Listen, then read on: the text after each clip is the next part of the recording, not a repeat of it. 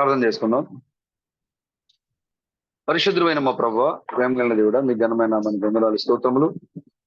ఈ సమయంలో మరి 7వ కుడికిగా ప్రభు మరి మమ్మల్ని సమకూర్చే ప్రభు మీకు వందనాలు.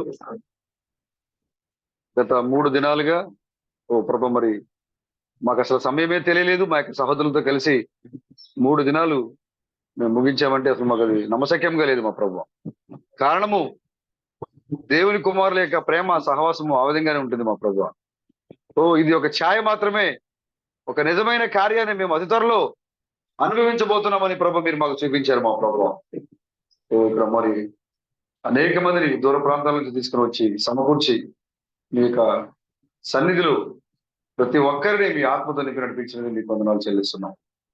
ప్రభు మరి ఈ 3 దినాలు మేము మాట్లాడుకున్న ప్రతి మాట మా విశ్వాసాన్ని బలపరిచేదిగా, మా ప్రవక్త యొక్క వాక్యమును మేము గమనించే వారుగా మరి మరింతగా మేము ఈ లోకంలో మీ నామానికి సాక్షులుగా ఉన్నట్లుగా మీరు కృప చూపించారు. అందుని బట్టి మీకు వందనాలు చెల్లిస్తున్నాం. మరి ఇక ఆదివారపు ఆరాధనలో కూడా మీరే నడిపించేది మీకు వందనాలు చెల్లిస్తున్నాం.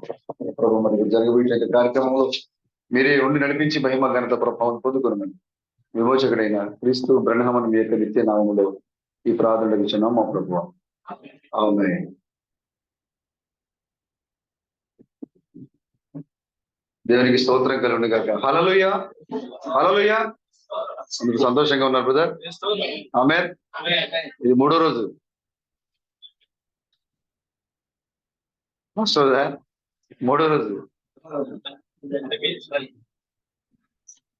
అయినా సమయం అసలు తెలియలేదు. బ్రదర్ వాళ్ళు సాగర్ బ్రదర్ ఒక రోజు ముందే వచ్చారు. ఇంకా అయినా కూడా అసలు ఉన్నట్టుగా సహోదరులతో గడిపినట్టుగా సమయమే తెలియలేదు. ఇదంతా నిజంగా సహోదరులు వారి యొక్క ప్రేమ నిజంగా ఆ విధంగా వ్యక్తపరిచారు. అందుని బట్టి నిజంగా చాలా వందనాలు చెల్లిస్తా ఉన్నాం మీ అందరికీ కూడా ప్రభు నామంలో. చాలా సంతోషము. నిజంగా పరలోకపు యొక్క ప్రతినిధులని ఈ కార్యము ద్వారా మరింతగా రుజువుపరచబడతా ఉంది. హల్లెలూయా. ఒక రచయిత చెప్పారు, దేవుడు మంచి రైటర్ అట. ఒక రచయిత చెప్తున్నాడు, నేనే రచయితనే, కానీ దేవుడు మంచి రైటరు, ఆయన మంచి కవిత్వాలు రాస్తాడు. ఆయన ప్రసంగి పరమగీతాలు ఓపెన్ చేసి చూస్తే ఆయన కవిత్వాలు మీకు కనపడతా ఉంటే తన సంఘాన్ని ఆయన ఏ విధంగా పోల్చాడో, నా ప్రాణేశ్వరి ప్రియురాలా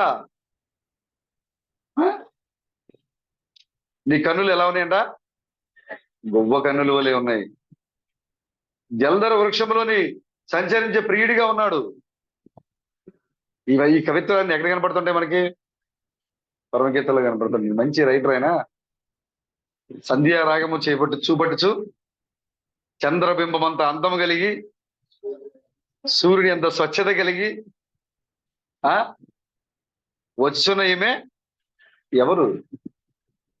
సంధ్యారాగాన్ని చేపట్టి సాయంకాల సమయంలో సాయంకాల గీతాలు పాడుకుంటూ సూర్యుని అంత ప్రకాశవంతము, సూర్యుని అంత స్వచ్ఛత గలదై ఈమె ఎలా ఉందంట? సూర్యుని వలే ఉందంట. ఈమె నీతి సూర్యునిలో ఉంది. ఈమె సంధ్యారాగము సాయంకాల పాటలు పాడుకుంటూ వస్తూ ఉంది. సూర్యుని అంత స్వచ్ఛత గలదై, చంద్రబింబమంతా అందము గలదై వచ్చుచున్న ఈమె ఎవరు? వాళ్ళకి అర్థం కాల. సొలొమోనుకి అర్థం కాల. ఎవరు వస్తా ఉంది? ఒక ఆమె కవిత్వం రాస్తున్నాడు సొలొమోను. ఒక ఆమె వస్తా ఉంది, పాటలు పాడుకుంటూ వస్తా ఉంది. చూడడానికి సూర్యులా కనపడతా ఉంది. చూడడానికి అందంగా చంద్రుడిలా కనపడుతుంది. చంద్రుడు అంటే ఎవరు? సంఘం. సూర్యుడు చంద్రుడు 2 కలిపి కనపడుతుంది. దాంట్లో సాయంకాల పాటలు పాడుతూ ఉంది. వచ్చే ఎవరు? వ్యూహిత సైన్య సమభీకర. సైన్యము యుద్ధం చేయడానికి బారులు తీయనటువంటి సైన్యముగా, వ్యూహతగా, వ్యూహాలు రచించే సంఘముగా ఈమె వస్తా ఉంది. ఈమె ఎవరు?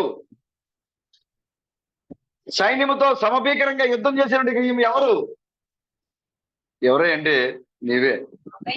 హల్లెలూయా. సంధ్యారాగము చూపడుచు వస్తావు నువ్వు. చంద్రబింబం అంత అందం కలిగే ఉన్నావు నువ్వు. ఎవరు బోధిస్తున్నారు? దేవుడు. మరి ఆయన రైటర్. ఆయన ఆమేన్. అంతేకాదు ఆయన మరొక మాట చెప్తున్నాడు, ఆయన మంచి ఆర్టిస్ట్ కూడా. ఎవరు? దేవుడు మంచి ఆర్టిస్ట్ ఆయన. చూడండి, సాయంకాల సమయంలో ఆకాశం చూడండి, ఎవరైనా వేయగలరా ఆ art? Red colour, blue colour, white మొత్తం కలిపేది ఎంత ఆహ్లాదకరంగా కనపడుతుంది. దాన్ని చూస్తేనే మన మనసుకి ప్రశాంతత వచ్చేది, ఆహ్లాదం వచ్చేస్తుంది. ఆ వాతావరణాన్ని అనుభవించడానికి బీచ్కి వెళ్తూ ఉంటారు. రకరకాలుగా ప్రాంతానికి స్వేచ్ఛగా ఉండడం కోసం వాళ్ళు వెళతా ఉంటారు. ఆయన మంచి ఆర్టిస్ట్, ఆయన ఆకాశాన్ని ఆ విధంగా మారుస్తున్నాడు ఆయన. అంతేకాదు నీ యొక్క రూపాన్ని కూడా గీసింది ఆయనే. చూడండి, ఎంత మంది, ఎన్ని కోట్ల మంది ఉన్నా ఒకరి ముఖానికి ఒకరికి సంబంధం ఉండదు. ఒకరి ముఖానికి ఒకరి సంబంధం ఉండదు. ఒకరి బొట్టనవి ఒక ముద్రలకి, చేతి ముద్రలకి మరొక ముద్రలకి సంబంధం ఉండదు. మా ఐరిష్ కి, మరి కంటిలో ఉన్న రెటీనాకి మరొక రెటీనాకి సంబంధం ఉండదు. మరి ఆయన ఎంత చిత్రకారుడు బ్రదర్. హల్లెలూయా, ప్రభుకి స్తోత్రం కలుగాక. ఒకవేళ అక్కడక్కడ పోలికలు ఒకటే కలిపి ఉన్నా కూడా వాళ్ళందరి చేతి హస్తాలు కూడా మ్యాచ్ అవ్వవు. వాళ్ళ రెండు రెటీనాలు కూడా రెండు కూడా ఐరిష్ కూడా తేడా ఉంటాయి. చూడండి, కూడా అంత మంచి శిల్పకారుడు, అంత మంచి ఆర్టిస్ట్ ఆయన దేవుడు. ఆయన నీ గురించి తన గ్రంథములో వర్ణించుకుంటూ రాశాడు. ఆయన నువ్వు ఎలా ఉండబోతున్నావు, వచ్చినప్పుడు ఎలా జరగబోతుంది అనేది వర్ణించుకుంటూ తన యొక్క సంఘాన్ని, తనకి ఈ చివరికాలు రాబోయే నిజమైన పెళ్లి కుమార్తెను వర్ణించుకుంటూ ఆయన పరమగీతాలను రాశాడు. ఆయన మీ తర్వాత మీరు చదవండి, మీకు చాలా చక్కగా అర్థమవుతుంది. ఇంతకు ముందు అయితే మనకేం అర్థం కాల. నేను నల్లంజాలను సౌందర్యవంతురాలు అంటే ఎవరు నల్లది, ఎవరు సౌందర్యవంతురాలు?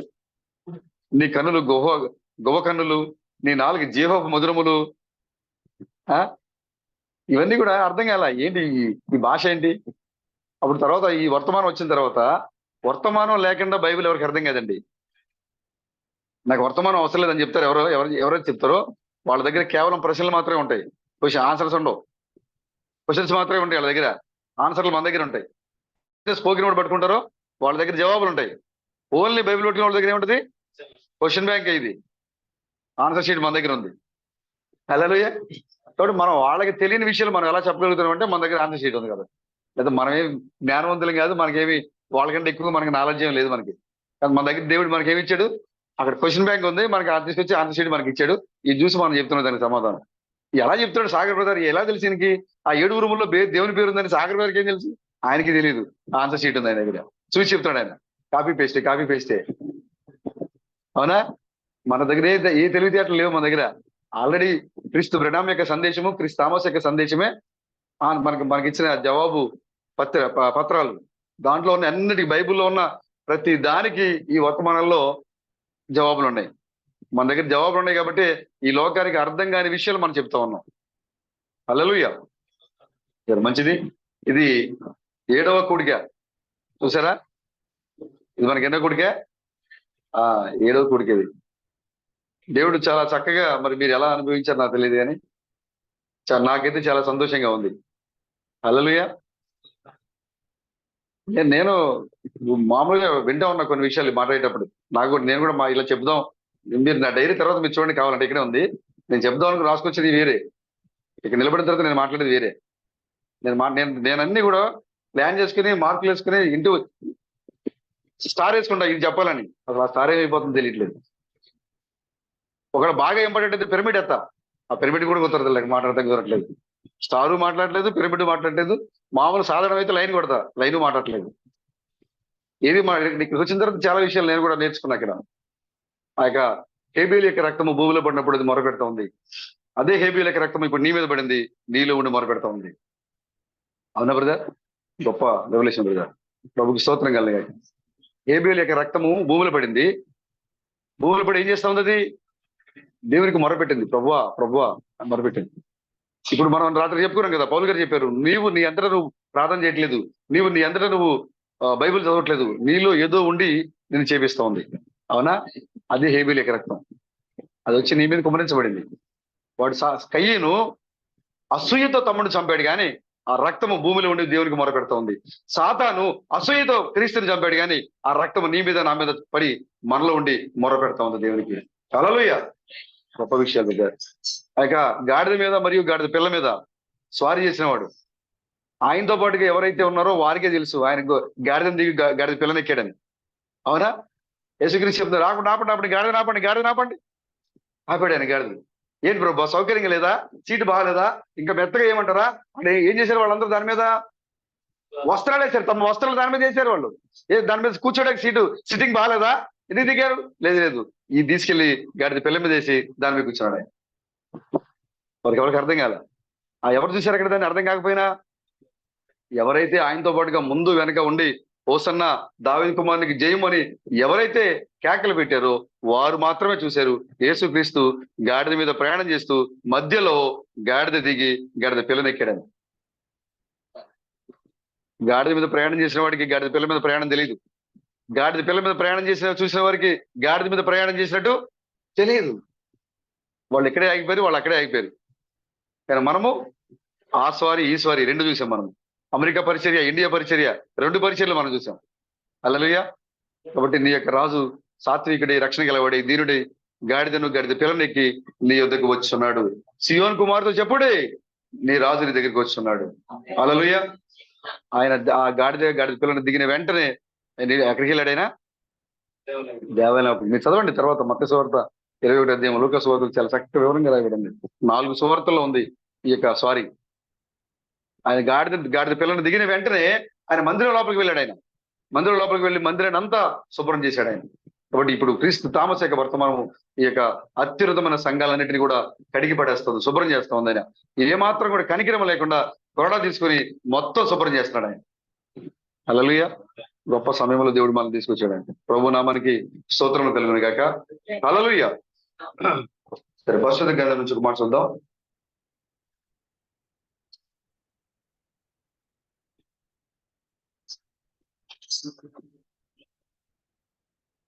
నా గొంతు కొంచెం ఇబ్బందికరంగా ఉంది. నా మాట మీకు అర్థం కాకపోతే అర్థం చేసుకోవడం ప్రయత్నం చేయండి.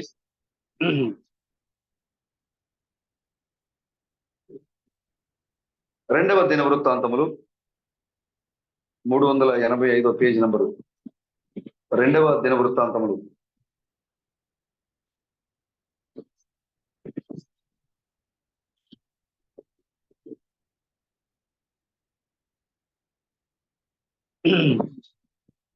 385, 32వ అధ్యాయం.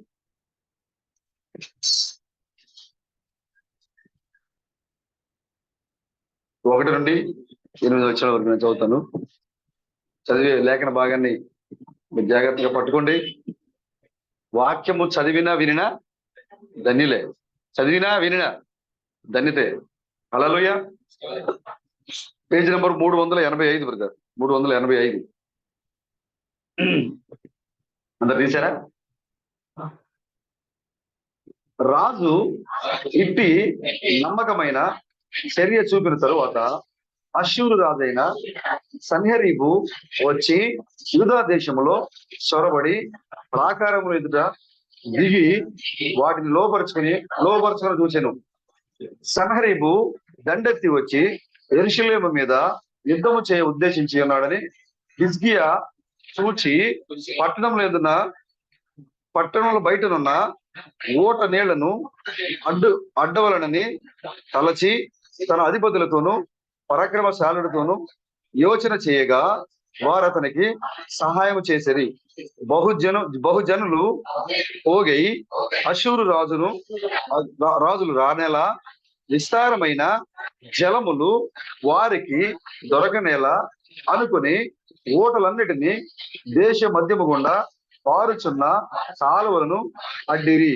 మరియు రాజు ధైర్యము తెచ్చుకొని పాడైన గోడ యావత్తు కట్టించి గోపురముల వరకు దాన్ని ఎత్తు చేయించి బయట మరి యొక్క గోడను కట్టించి దావీదు పట్టణములో మిల్లో దుర్గమును బాగు చేయించెను.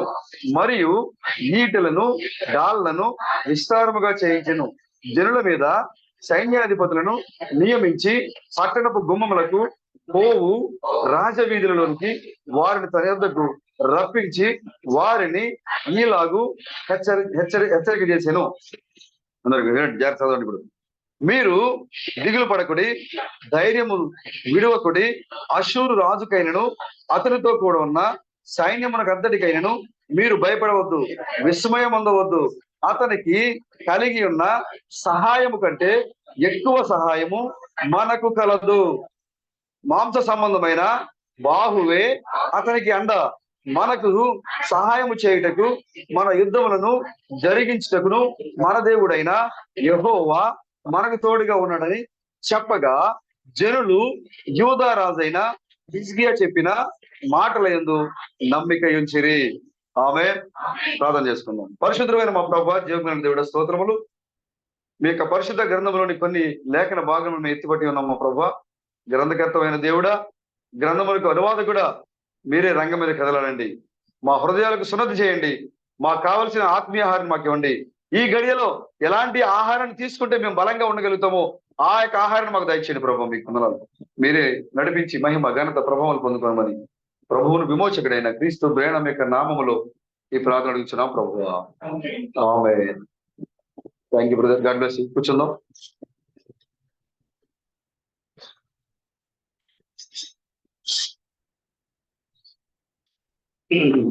హల్లెలూయా. సౌండ్ బాగానే ఉందా?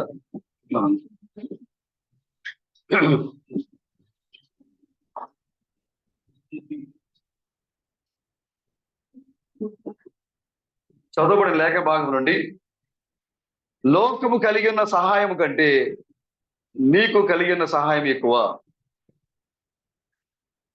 హల్లెలూయా. అర్థమవుతుంది బ్రదర్? ఈ లోకము కలిగి ఉన్న సహాయం కంటే నీవు కలిగి ఉన్న సహాయము ఎక్కువ. ఎలా ఎక్కువ బ్రదర్? ఈ యొక్క హిజ్కియా ఒక యూదా రాజు, ఆహాజు యొక్క కుమారుడు. ఈ యొక్క ఆహాజు ఎలా ఉన్నాడంటే, దేవుడు యూదుల్ని ఇజ్రాయేలీని వేరు చేశాడు. ఆయన సొలొమోను తర్వాత దేవుడు యూదుల్ని ఇజ్రాయేలీల్ని వేరు చేశారు. యూదులు దేవుని వెంబడించే ప్రజలుగా ఉన్నారు, సొలొమోను యొక్క దావీదు యొక్క సంతానము. ఇజ్రాయేలీలు వారందరూ కూడా యెరోబాము ద్వారా వాళ్ళు పరిపాలించబడ్డారు. వారందరూ కూడా నామకార్థ క్రైస్తవులుగా ఉన్నారు. వాక్యాన్ని తెలుసు వాళ్ళకి, దేవుడు తెలుసు వారికి, కానీ వెంబడించరు వాళ్ళు. సొలొమోను తర్వాత రాజ్యము 2 భాగాలు అయిపోయింది. హల్లెలూయా. తెలుసు కదా మీకు ఆ సంగతి. సొలొమోను తర్వాత రాజ్యం ఏమైపోయింది? 2 భాగాలు అయిపోయింది. అప్పుడు యూదులు ఇజ్రాయేల్ కలిపే ఉన్నారు అప్పుడు దాకా. కానీ సొలొమోను తర్వాత 2 భాగాలుగా దేవుడు చేసేసి, కొంత భాగాన్ని దావీదు యొక్క సంతతికి మరి అధికారం ఇచ్చి, మరి కొంతటిని మరి ఇజ్రాయేల్గా మార్చి దాని మీద వేరే రాజుకి అధికారం ఇచ్చాడు దేవుడు. సొలొమోను తర్వాత రాజ్యము ఏ విధంగా అయితే 2 భాగాలు అయిందో, ఇప్పుడు ఈ కాలంలో నిజమైన సొలొమోను వచ్చిన తర్వాత ఈ యొక్క సంఘము 2 భాగాలైంది. తెలుసా మీకు బ్రదర్? ఈ సొలొమోను వచ్చిన తర్వాత సంఘం ఏమైంది? 2 భాగాలైంది. ఒకటి, దేవుడు తెలుసు వాళ్ళకి, దేవుడు అంటే తెలుసు వాళ్ళకి, వాక్యం తెలుసు వాళ్ళకి, కానీ వాక్యాన్ని పట్టుకోలేరు, వాక్యాన్ని వెంబడించరు వాళ్ళు. రెండవ వాళ్ళు యూదులు, వాళ్ళు పరిపూర్ణంగా దావీదు యొక్క సంతతి వారు. దావీదు ఏ విధంగా అయితే యథార్థంగా దేవుని ఎడల భయభక్తులు కలిగి జీవించాడో ఆ విధంగా ఆ యొక్క రెండవ సమూహము వాక్యంలో ఉంటారు వాళ్ళు. ఇప్పుడు ఈ యొక్క సంఘములో 2 ఉన్నాయి. ఒకటి నామకార్థ క్రైస్తవులు, 2 నిజమైన క్రైస్తవులు. ఒకటి నిజమైన సంఘము, రెండవది నిజముగా ఉండేట్టుగా నటించే సంఘము. ఇప్పుడు ఈ యొక్క బైబిల్లో రాయబడింది, ఈ యొక్క హిజ్కియా తండ్రి యూదుడై ఉండి, యూదా రాజై ఉండి ఎవరితో సహవాసం చేస్తున్నాడు? ఈయన ఇజ్రాయేలు రాజులతో సహవాసం చేస్తానండి. ఇజ్రాయేల్ రాజులతో సహవాసం చేస్తా ఉన్నాడు ఈయన. ఈయన ఒక యూదుడు, కానీ ఇతనికి స్నేహితులు ఎవరు? ఇజ్రాయేల్. చేయొచ్చా బ్రదర్? నువ్వు ఒక విశ్వాసివి, ఒక అవిశ్వాసతో నువ్వు సహవాసం చేయొచ్చా? చేయకూడదు. దేవుడు చేయొద్దని చెప్పాడు. ఒక అవిశ్వాసతో నీకు పొత్తు లేదు. అసలు క్రీస్తు థామస్ గారు చెప్పారు, ఒకవేళ పొత్తు లేదు అంటే వాళ్ళు పూర్తిగా వాళ్ళకి దూరంగా ఉండమని కాదు అర్థం. ఒకవేళ వాళ్ళ దగ్గరికి వస్తే నువ్వు మాట్లాడు, నువ్వు కనబడితే మాట్లాడు, మాట్లాడిస్తే మాట్లాడు, అంతవరకే. వారి యొక్క విశ్వాస జీవితంలో, వాళ్ళ యొక్క వ్యక్తిగత జీవితంలో నువ్వు సంబంధం లేదు అసలు. వాళ్ళు నీ సొంత అన్నదమ్ములైనా సరే, నీ కుటుంబ సభ్యులైనా సరే, విశ్వాసులు కాకపోతే నీ బంధుత్వం ఎంతవరకు ఉందో, నువ్వు ఎంతవరకు చేయాలో దాన్ని చెయ్యి, కానీ వాక్యానుసారంగా వాళ్ళతో నీకు పొత్తు లేదు. హల్లెలూయా. ఎందుకంటే నువ్వు యూదుడివి, వారు ఇజ్రాయేలీలు. ఈ యొక్క హిజ్కియా తండ్రి ఏం చేస్తాడంటే ఇశ్రాయేల్ రాజులతో సాంగత్యం పెట్టుకొని ఇశ్రాయేల్ రాజులు చేసినట్లుగా దేవుని యొక్క మార్గాన్ని దావీదు నడిచినట్లుగా యథార్థంగా నడవకుండా ఇశ్రాయేల్ రాజులు యెరోబాము నడిచినట్లుగా యెరోబాములో ఉన్న ఆత్మ ఈ వీళ్ళలోకి వచ్చేసింది. యెరోబాముని దేవుడు ఏం చేశారు? సొలొమోనుకు భయపడి వేరే దేశంలోకి వెళ్ళి దాక్కున్న వ్యక్తిని దేవుడు తీసుకొచ్చి సొలొమోను కుమారుడు రెహబాముని యూదా జనుల మీద రాజుగా చేసి మిగిలిన గోత్రికులు ఎవరైతే ఉన్నారో 10 గోత్రికులు వాళ్ళ మీద ఈ యొక్క యెరోబాముని దేవుడు రాజుగా చేశాడు. ప్రాణ భయంతో పారిపోయిన ఒక వ్యక్తి 10 గోత్రాల మీద రాజు చేశాడు దేవుడు. యెహోవా దయతో యెహోవా ఆశీర్వాదం వల్ల 10 గోత్రాలకి రాజు అయిన యెరోబాము ఇజ్రాయేల్ ప్రజల్ని వాక్యంలో నడిపించాల్సింది పోయి యెరోబాము ఏం చేశాడంటే ఎక్కడ వాళ్ళు తమ నుంచి దూరం అయిపోతారో సొలొమోను దేవాలయానికి వీళ్ళు కనుక వెళితే అక్కడ ఆరాధన చూసి అక్కడ విశ్వాసం చూసి వీళ్ళందరూ ఏమైపోతారు? మారిపోతారేమో. యెరోబాము ఒక ఆత్మ. అందుకోసం మన దగ్గరికి ఎవరైనా రావాలంటే భయం బ్రదర్. పొరపాటున రమేష్ బ్రదర్ల ఇంటికి వెళ్ళామా ఆ ప్రేమ, ఆ సహవాసము, ఆ ఆదరణ, ఆ వాక్యము, ఆ ఆ దేవుని యొక్క ఆ సహవాసము ఇక మనం విడిచి ఉండలేము. అవునా బ్రదర్? మీరు అనుభవిస్తూ ఉన్నారా? మేము బ్రదర్ ప్రేమ బ్రదర్ల ఇంటికి వెళ్ళాం, అదే మన మొన్న బ్రదర్ల ఇంటికి. ఆ యొక్క సహవాసం, ఆ ప్రేమ అది భూసంబంధంగా దొరికేది కదా. అది మనల్ని ఏం చేస్తుంది? అలా ఉంచేస్తుంది, కట్టిపడేస్తుంది మనల్ని. అబ్రహాం యొక్క ప్రేమ దేవుని ఏం చేసింది? కట్టేసింది. ప్రభువా నువ్వు వెళ్ళటం కుదరదు, అంతే, నువ్వు ఎక్కడ కూర్చోవాలి. అబ్రహాం కట్టేశాడు. నీ దాసుని ఇంటి కూర్చో, కొద్దిగా ఆహారం తీసుకో, కొద్దిగా అలసట తెచ్చుకో. ఆయన ఎవరైనా ఏమన్నా అడిగినా అలసట తెచ్చుకోవాలంట. వదిలిపెడుతున్నాడా? మన పెద్దోడు వదిలిపెట్టాడా దేవుడు వస్తే బ్రదర్? మరి మనం ఎలా వదులుతాం బ్రదర్? దేవుని కుమారులు వస్తే దేవుడు వచ్చినట్టే కదా. మరి మనం వదులుతామా బ్రదర్? హల్లెలూయా. మన ఇంటికి దేవుని కుమారులు వస్తే దేవుడు వచ్చినట్టే బ్రదర్. మరి మనం అప్పుడు వదులుతామా? కాబట్టి యెరోబాము భయం ఏంటంటే వీళ్ళు జనాభా ఎక్కువ, 10 గోత్రికులు. అక్కడ ఉన్నది ఎంతమంది? 2 గోత్ర ప్రజలే. వీళ్ళు జనాభా ఎక్కువ, వీళ్ళకి గోపురాలు ఎక్కువ, వీళ్ళకి ఆరాధన ఉంది. కానీ యెరోబాము ఆ చిన్న మంది దగ్గర పంపించాలని భయపడుతున్నాడు. నీ దగ్గర రావాలంటే భయం అదే జనాలకి. గుంపులు గుంపులు ఉంటారు అక్కడ.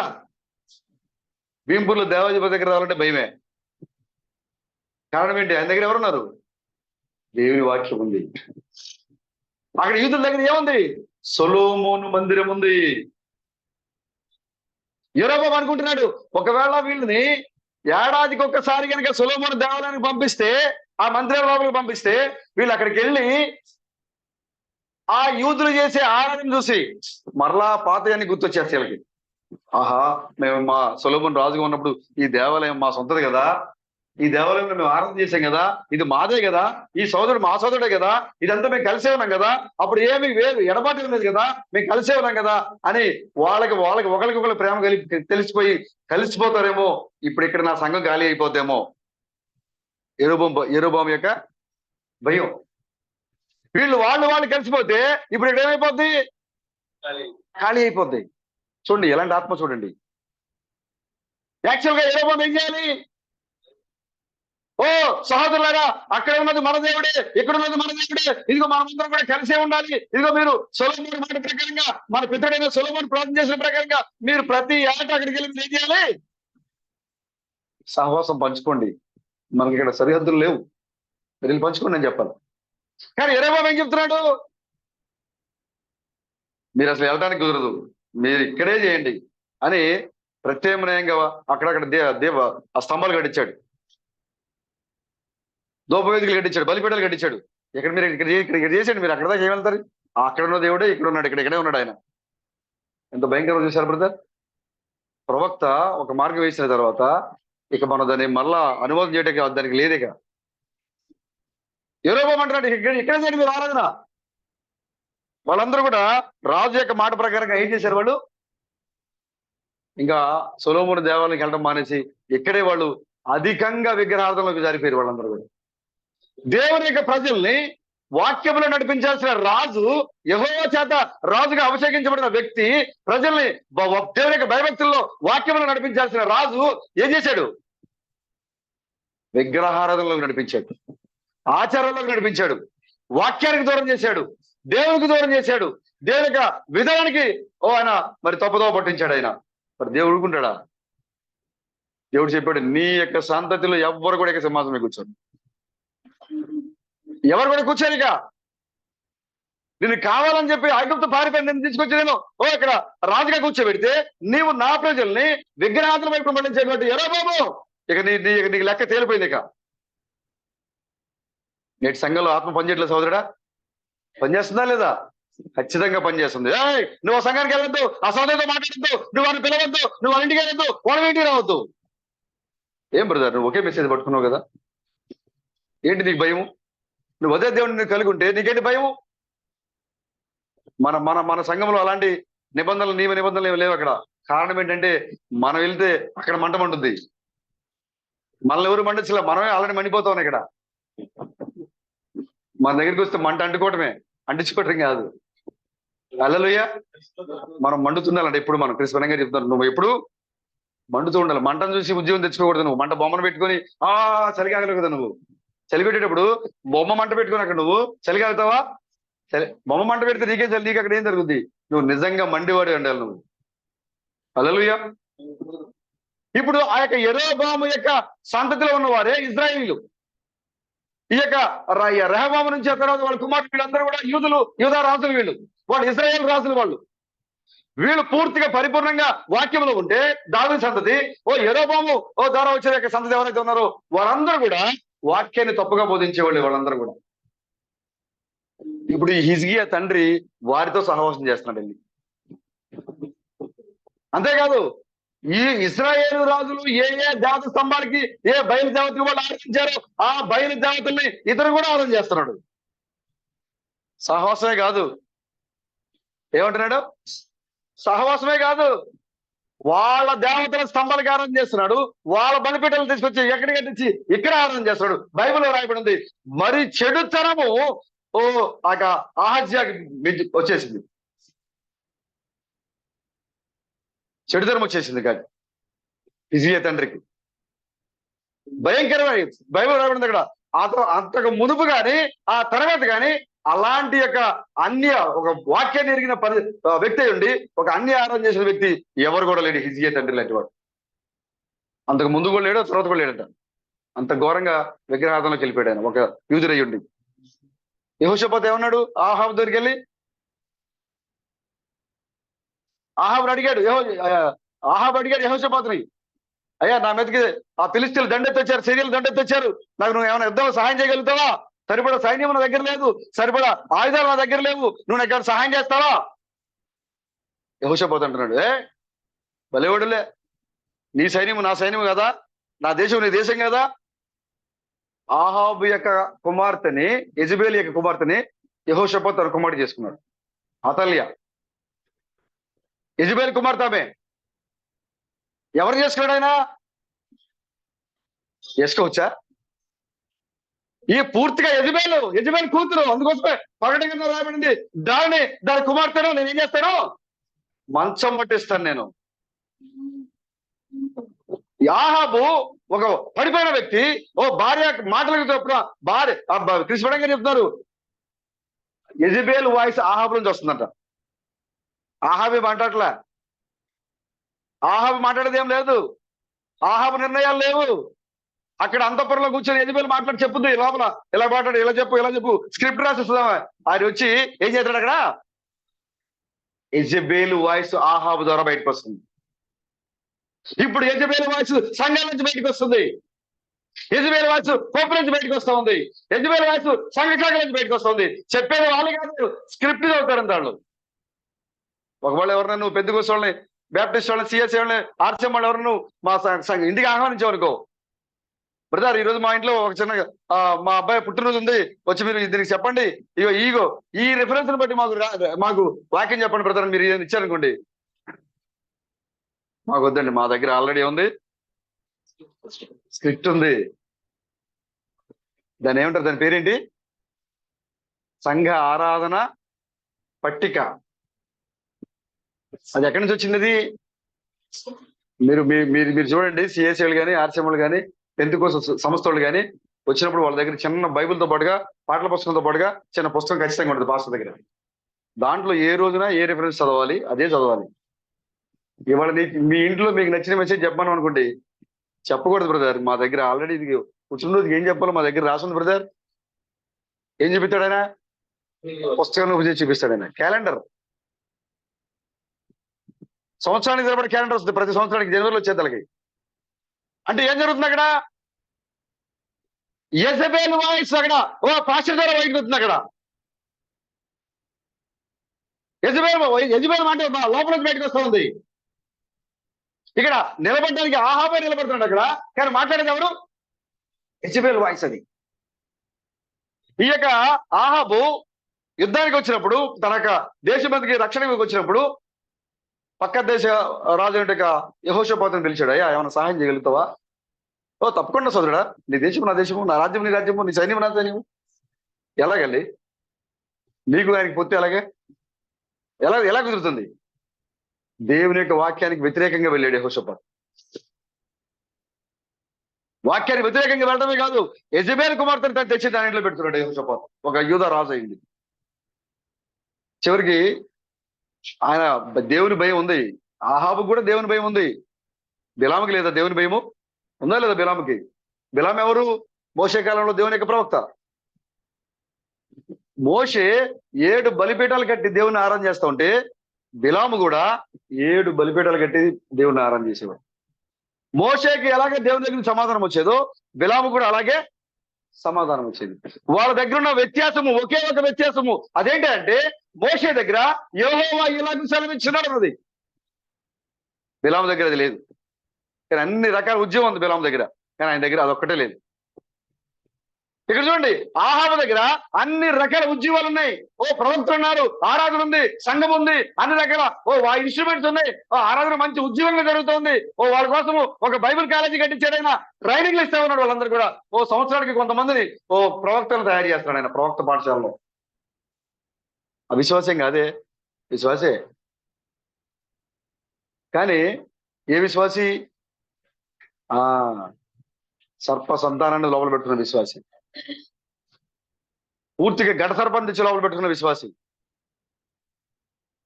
యెహోషాపాతు అన్నాడు చివరికి, అయ్యా యుద్ధానికి వెళ్ళడం మంచిదే, కానీ మన వాడికి ఏంటి?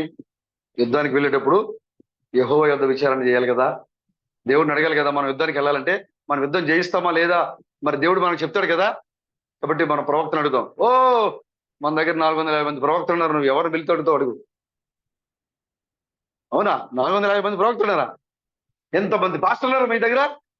అవును బ్రదర్. దేవుడు ఎల్లప్పుడూ ఆయన ఒక వ్యక్తినే కలిగి ఉంటాడు. ఆయన ఒక వ్యక్తితో మాట్లాడతాడు ఆయన. హల్లెలూయా. ఒక వ్యక్తితో మాట్లాడుతున్నప్పుడు మరో వ్యక్తితో ఆయన వ్యవహరించాడు. ఆయన ఒకవేళ మాట్లాడినా కూడా అది ప్రజలకు వచ్చే వర్తమానం కాదు, అది ఆయన వ్యక్తిగత అనుభవం. ఆ ప్రవక్త మాట్లాడితే జకరియా, హగ్గయి, ఎజ్రా వీళ్ళందరి టైంలో దేవుడు ఉన్నాడు ఆయన. కానీ వాళ్ళెవరు కూడా ప్రవక్తలా ప్రవచించలేదు. వాళ్ళెవరు కూడా మందిరం పనిలో ఉన్నారు. వాళ్ళందరూ కూడా మందిరంలో చేసే పరిచర్లో భాగస్థలై ఉన్నారు వాళ్ళందరూ కూడా. ఇప్పుడు ఈ ఆహాబు అంటున్నాడు, మనకి బైబిల్ స్కూలే ఉంది, 450 మంది మనకి ప్రవక్తలు ఉన్నారు, మీరు ఎవరినైనా మీరు విచారణ చేయండి. అవునా? పిలిపించారు. సిద్గియా, వాళ్ళ యొక్క అర్చ్ బిషప్ సిద్గియా వచ్చాడు. సిద్గియా చెప్తున్నాడంట, అయ్యా ప్రవక్త మరి మీరందరూ కూడా మనకి రాజుగారు మనల్ని పిలిచారు, మనకి ఎంతో బైబిల్ కాలేజ్ ఇచ్చాడైనా, మనకి దీనికి కావాల్సిన ఫండ్స్ ఇస్తాడైనా, మీకు యూనిఫామ్లు ఇస్తాడైనా, అంగీలు ఇస్తాడు, మీకైనా మీకు కావాల్సిన రాసుకోవడానికి అన్ని రకాల స్టేషన్ అని ఇస్తాడైనా. కాబట్టి ఇప్పుడు ఆయనకి ఉపయోగపడే అవసరం సమయం మీకు ఆసనమైంది. నేను ఇప్పుడు ఏం చెప్తున్నాడో మీరందరూ కూడా దానినే చెప్పండి. ఏంటంట? యెహోవా ఏం చెప్పాడు దాన్ని చెప్పడం కాదు. ఇప్పుడు నేను మీకు ఒక విషయం చెప్తాను, మీరందరూ కూడా ఆ విషయాన్ని అక్కడ చెప్పండి. ఏంటంటే, ఆయన మనల్ని ఏది అడిగినా సరే, యెహోవా నీ పక్షంలో ఉన్నాడు, నువ్వు జయం పొందుదుగాక, నీకు దేవుడు నీకు సహాయం చేస్తాడు అని చెప్పండి. అంతే. వాళ్ళు ఏది అడిగినా చెప్పాలంట. వచ్చారు అక్కడికి, యెహోషాపాతు పిలిచారు. యెహోషాపాతు అడిగాడు, అయ్యా మేము యుద్ధానికి పోదాం అనుకుంటున్నాము, ఇది యెహోవా చిత్తమో కాదో మీరు అడిగి తెలుసుకోండి అని చెప్పాడు. వెంటనే సిద్కియా ఏం చేశాడు? 2 కొమ్ములు తెచ్చి తల మీద పెట్టుకున్నాడు. 2 కొమ్ములు తెచ్చి తల మీద పెట్టుకుని ఊపుకుంటూ, యెహోవా చిత్తమే, విజయం మీదే, రాజా యెహోవా మీ పక్షంలో ఉన్నాడు, మీరు వెళ్ళొచ్చు. ఆహాబు లేచి, బా ఏం ఉద్యోగం అండి, ఇది కదా ప్రవక్త ఉద్యోగం అంటే. ఆహాబు అంటున్నాడు. పక్కన కూర్చున్నది ఎవరు? యెహోషాపాతు. యెహోషాపాతు అంటున్నాడు, ఈ ఉద్యమంలో కొంచెం తేడా ఉంది బ్రదర్. ఈ ఉద్యమంలో కొంచెం తేడా ఉంది, ఎక్కడో తేడా ఉంది. ఎవరు ప్రవక్త అయినా యెహోవా ప్రవక్తే. సిద్కియా యెహోవానే చెప్పేదేనా, కానీ ఆ ఉద్యమంలో ఏం తేడా ఉంది? ఎక్కడో కొంచెం తేడా ఉంది. మొత్తం అంతా బాగానే ఉంది, కానీ ఎక్కడో కొంచెం తేడా ఉంది. సాతాను నేను ఎక్కడ తప్పిస్తుంది, అంత దగ్గరికి తీసుకొస్తుంది, అక్కడే నేను తప్పించేస్తుంది. ఎప్పుడైతే సిద్కియా ఆ మాట చెప్పాడో, ఆ వెనకున్న 404 మిగతా 400 299 మంది ఇక్కడ వాళ్ళు ఏం చేస్తున్నారు? సారీ, 449 మంది ఏం చేస్తున్నారు? రాజు చిరంజీవి యోగన్ కాక రాజు జయం పొందాడు, రాజు జయం పొందాడు. క్యానరీ పక్షి అండి, రణంగా చెప్పారు కదా క్యానరీ పక్షి గురించి. క్యానరీ పక్షి ఒక యజమాని పెంచుకున్నాడు క్యానరీ పక్షిని. దానికి what is your name, how are you, what do you do, ఈ 4 మాటలు నేర్పించాడు ఆయన. ఆ క్యానరీ పక్షి అనుకుందంట, మనిషి భాష ఇంతేనా, what is your name, how are you, ఇదేనా, ఇంకా నేను ఇంకెంతో గొప్పగా ఉండదు అనుకున్నా అని. ఒకరోజు సాయంత్రం చక్కగా సలగాలి ఎగురుకుంటూ చెట్లు మిగిలిందంట. తెలిసరికి దాని జతపక్షులు కొన్ని వచ్చి అక్కడ వాళ్ళని అంట, అబ్బా నీకేంటి, నువ్వు చక్కగా ఒక మంచి ఇంట్లో ఉన్నావు, నీకు అన్ని రకాల టైం ఫుడ్ దొరుకుతుంది, అన్ని తెలుసు నీకు, మనుషులు నేను చక్కగా పెంచుకున్నారంటే, మనుషులు పెంచుకోవడం కాదు, మనుషుల భాష కూడా నాకు వచ్చి అంటుందంట. మనుషుల భాష కాదు, మనుషుల భాష మొత్తం నాకు వచ్చి అంటుందంట. ఈ 4 మాటలు నేర్చుకుని, 4 పదాలు నేర్చుకుని, 4 పదాలు దానికి వచ్చింది అంతేనా. చిలక మొత్తం మాట్లాడతా, నీలాగా నాలాగా. బాగున్నావా అంటది తెలుగులో అయితే, ఇంగ్లీష్ అయితే హౌ ఆర్ యూ అంటది, లేదా ఇంకేదైతే వాట్ ఇస్ యువర్ నేమ్ అంటది. తిన్నావా అంటే తిన్నావా అంటది. కొన్ని పక్షులు చూస్తున్నాం కదా యూట్యూబ్లో, అంతకుమించి మాట్లాడుతుంది నీలాగా. కానీ ఆ పక్షి చెప్తున్నాడు క్యానరీ మిగతా జత పక్షులతో, మనుషుల బస్ చాలా easy, how are you, how do you do, what is your name అని సరిగ్గా అయ్యి అనుకుంటున్నాడు. అబ్బో మొత్తం వచ్చేసింది. మరి అడిగి తెలియదు కదా, మొత్తం వచ్చేది. మా పాస్ గారికి మొత్తం తెలుసండి, బైబిల్ మొత్తం చెప్తారు మా పాస్టర్ గారు, ఆ గురించి చెప్పాను. వాళ్ళు నేర్చుకుంది ఏంటి, బేసిక్స్ కూడా తెలియదు బ్రదర్ వాళ్ళకి, ఏబిసిడి కూడా మొత్తం రావాలకి. విస్మయంగా చెప్పారు, ఏబిసిడి కూడా రాకుండా నేను మీకు గ్రామర్ ఎట్లా నేర్పించింది నేను అంటాడు ఆయన. డినామినేషన్ వాళ్ళతో మీకు ఏబిసిడీలో రావాలి అసలు, మీకు ఎలాగనే లోతైన విషయాలు చెప్పగలను నేను. ఇప్పుడు ఈ లోకంలో ఉన్న వాళ్ళందరూ కూడా ఎలాంటి వారు? క్యానరీ పక్షులు. మాకు మొత్తం తెలుసు. ఏంటి నీకు తెలిసింది? How are you, how old are you, ఏంటి నీకు తెలిసింది? 4 పదాలు. ఈ 4 పదాలు ఇస్తే నీకు మొత్తం వచ్చేసినట్టు ఇంగ్లీషు, మనుషుల భాష మొత్తం నీకు వచ్చినట్టేనా? జకయ్య కథ, మోషే కథ, రిబ్కా కథ, రాహాబు కథ చెప్తే బైబిల్ వచ్చినట్టే నీకు. బ్రహ్మంగా చెప్పారు, చిన్నపిల్లడి గురించి మొత్తం బైబిల్ చదివించి స్టేజ్ నుంచి పెడితే, జకయ్య వచ్చాడు, యేసుక్రీస్తు దగ్గర నుంచున్నాడు, ఆయన చూద్దాం అనుకున్నాడు, చెట్టు ఎక్కాడు కానీ కనపడలేదు, కిందకి దిగాడు, ఆకులు అడ్డు పెట్టుకున్నాడు, దాని తర్వాత అడ్డుగా వచ్చాడు, చూశారు యేసుక్రీస్తు వచ్చారు, ఆయన పిలిచారు, మన ఇంటికి వెళ్దాం మొదటి భోజనం చేద్దాం అన్నారు. చెప్పలేడు బ్రదర్, పాఠం నీకంటే నాకంటే బాగా చెప్తాడు పిల్లలు. ఇది కాదు, ఆ ఏబిసిడీలకి అది కావాల్సింది, లోతైన విషయాలు పట్టుకోవాలి. హల్లెలూయా. ఇక ఆహాబ్ అంటున్నాడు, బా ఏం చెప్పావు సిద్కియా, ఓకే గాడ్ బ్లెస్ యు. కానీ యెహోషాపాతు ఏమంటున్నాడు? ఆహాబు ఒక్క నిమిషం ప్లీజ్ వెయిట్, ఒక్క నిమిషం, ఈ ఉద్యోగులు కొంచెం తేడా ఉంది పిల్లలు, ఎక్కడో కొంచెం తేడాగా ఉంది. ఈ వీళ్ళు కాకుండా ఇంకెవరైనా ప్రవక్త ఉన్నారా? ఆహాబుకి మనసు నొచ్చుకుంది. ఏంటి, నేను 450 మంది ప్రవక్తలు చూపిస్తే నీకు నచ్చలేదా? మళ్ళీ ఇంకో ప్రవక్త కావాలా? ఇంకెవరు ఉన్నారా? యెహోవా ప్రవక్త ఎవరు ఉన్నారా? మొహం ఇలా పెట్టి చెప్తున్నాడు, ఉన్నాడు ఒక ఆయన. ఎవరైనా ప్రవక్త చేతుల మీదుగా, ఎలీషా చేతుల మీదుగా, ఏలియా చేతుల మీద నీళ్లు పోసినా ఒక వ్యక్తి ఉన్నాడు. అయితే ఆయనే కావాలి నాకు. హల్లెలూయా. ఆయన తీసుకురండి. ఏలియా చేతుల మీద నీళ్లు పోసినవాడు, ఎలీషా చేతుల మీద నీళ్లు పోసినవాడు ఎవరైతే ఉన్నారో ఆయన తీసుకురండి. ఆయన కావాలి. ఎందుకంటే యెహోవా ఇలాగ సెలవిచ్చున్నాడు. ఇక్కడ ఉద్యోగం ఉంది కానీ వీళ్ళ దగ్గర అది ఆ యొక్క వాక్కు లేదు. కానీ ఆయన దగ్గర ఖచ్చితంగా ఏదో ఉంటుంది. ఆయన పిలిపించండి. చెబుతుండే అబ్బాయి లేదండి, ఆయన కరుకైన వాడు. మనం ఒకటి చెప్తే ఇంకోటి చెప్తాడు. ఆయన చాలా కరుకైన మాటలు మాట్లాడుతుంటాడు ఆయన. ఆహాబు, నువ్వు నా మాట ఉన్నావా? బతుకుతావు లేదా దృశ్యం నుంచి తొలగిస్తాడు దేవుడు నేను అంటాడు ఆయన. చెప్పాడా లేదా ఈ వచ్చిన ఈ యొక్క మేకాయ? చెప్పాడా? ఉంటే భయభక్తులు ఉండండి, లేదా దేవుడు మమ్మల్ని దృశ్యం నుంచి. మరి నేనేమి పొగడట్లా. రాజు చిరంజీవి వగును కాక, అబ్బా ప్రేమ బ్రదర్ చిరంజీవి వగును కాక, ఆయన బాగా ఆశీర్వాదం పొందును కాక అని చెప్పాడు. ఆ థామస్ గారు వచ్చి ఏం చెప్పాడు? నువ్వు వాక్యంలోకి రా, సరి చేసుకో, get into the desperation. హల్లెలూయా. ఆయన ఎక్కడ ఎవరిని ముఖస్తు చేయలేదైనా భయభక్తుల్లో పిలిచాడు వాక్యంలోకి ఆయన. ఇప్పుడు యెహోషాపాతు అంటున్నాడు, ఎస్ ఆయనే యెహోవా ప్రవక్త అని పిలిపించండి. ఆయన తీసుకొచ్చారు. ఆయన నేరుగా రావడమే, అయ్యా చెప్పండి. ఏం లేదు. యెహోషాపాతు అంటున్నాడు, ఏం లేదు, మేము యుద్ధానికి వెళదాం అనుకుంటున్నాం సోదరుడా. ఒకవేళ అది దేవుని చిత్తమా కాదో మాకు మాకు మాకు చెప్పాలి. దేవుని యొక్క ప్రవక్త కాబట్టి నేను దేవుడిని అడిగి వస్తానని చెప్పాడు. నేను దేవుడిని ప్రార్థన చేసి వస్తానని చెప్పాడు. సిద్ధిగా ఏం చేశాడు? అడిగిన వెంటనే కొమ్ములు ఎత్తి పెట్టుకున్నాడు. రాజు చిరంజీవి వగును కాక, ఆమేన్, వెళ్ళిపోతున్నావు. ఓ నాకు కనబడిపోతుంది, కనబడిపోతుంది అక్కడ నాకు. సదా దేవుని యొక్క ప్రవక్త ఎప్పుడు దేవుని యొక్క స్థానాన్ని, దేవునికి ఇవ్వాల్సిన గౌరవాన్ని ఇవ్వకుండా ఉండలేడు. నీకే అంటున్నాడు, నేను ఒక్క నిమిషం ప్రభుని అడిగి వస్తాను. వీళ్ళు ప్రభుని అడిగి వచ్చాడు.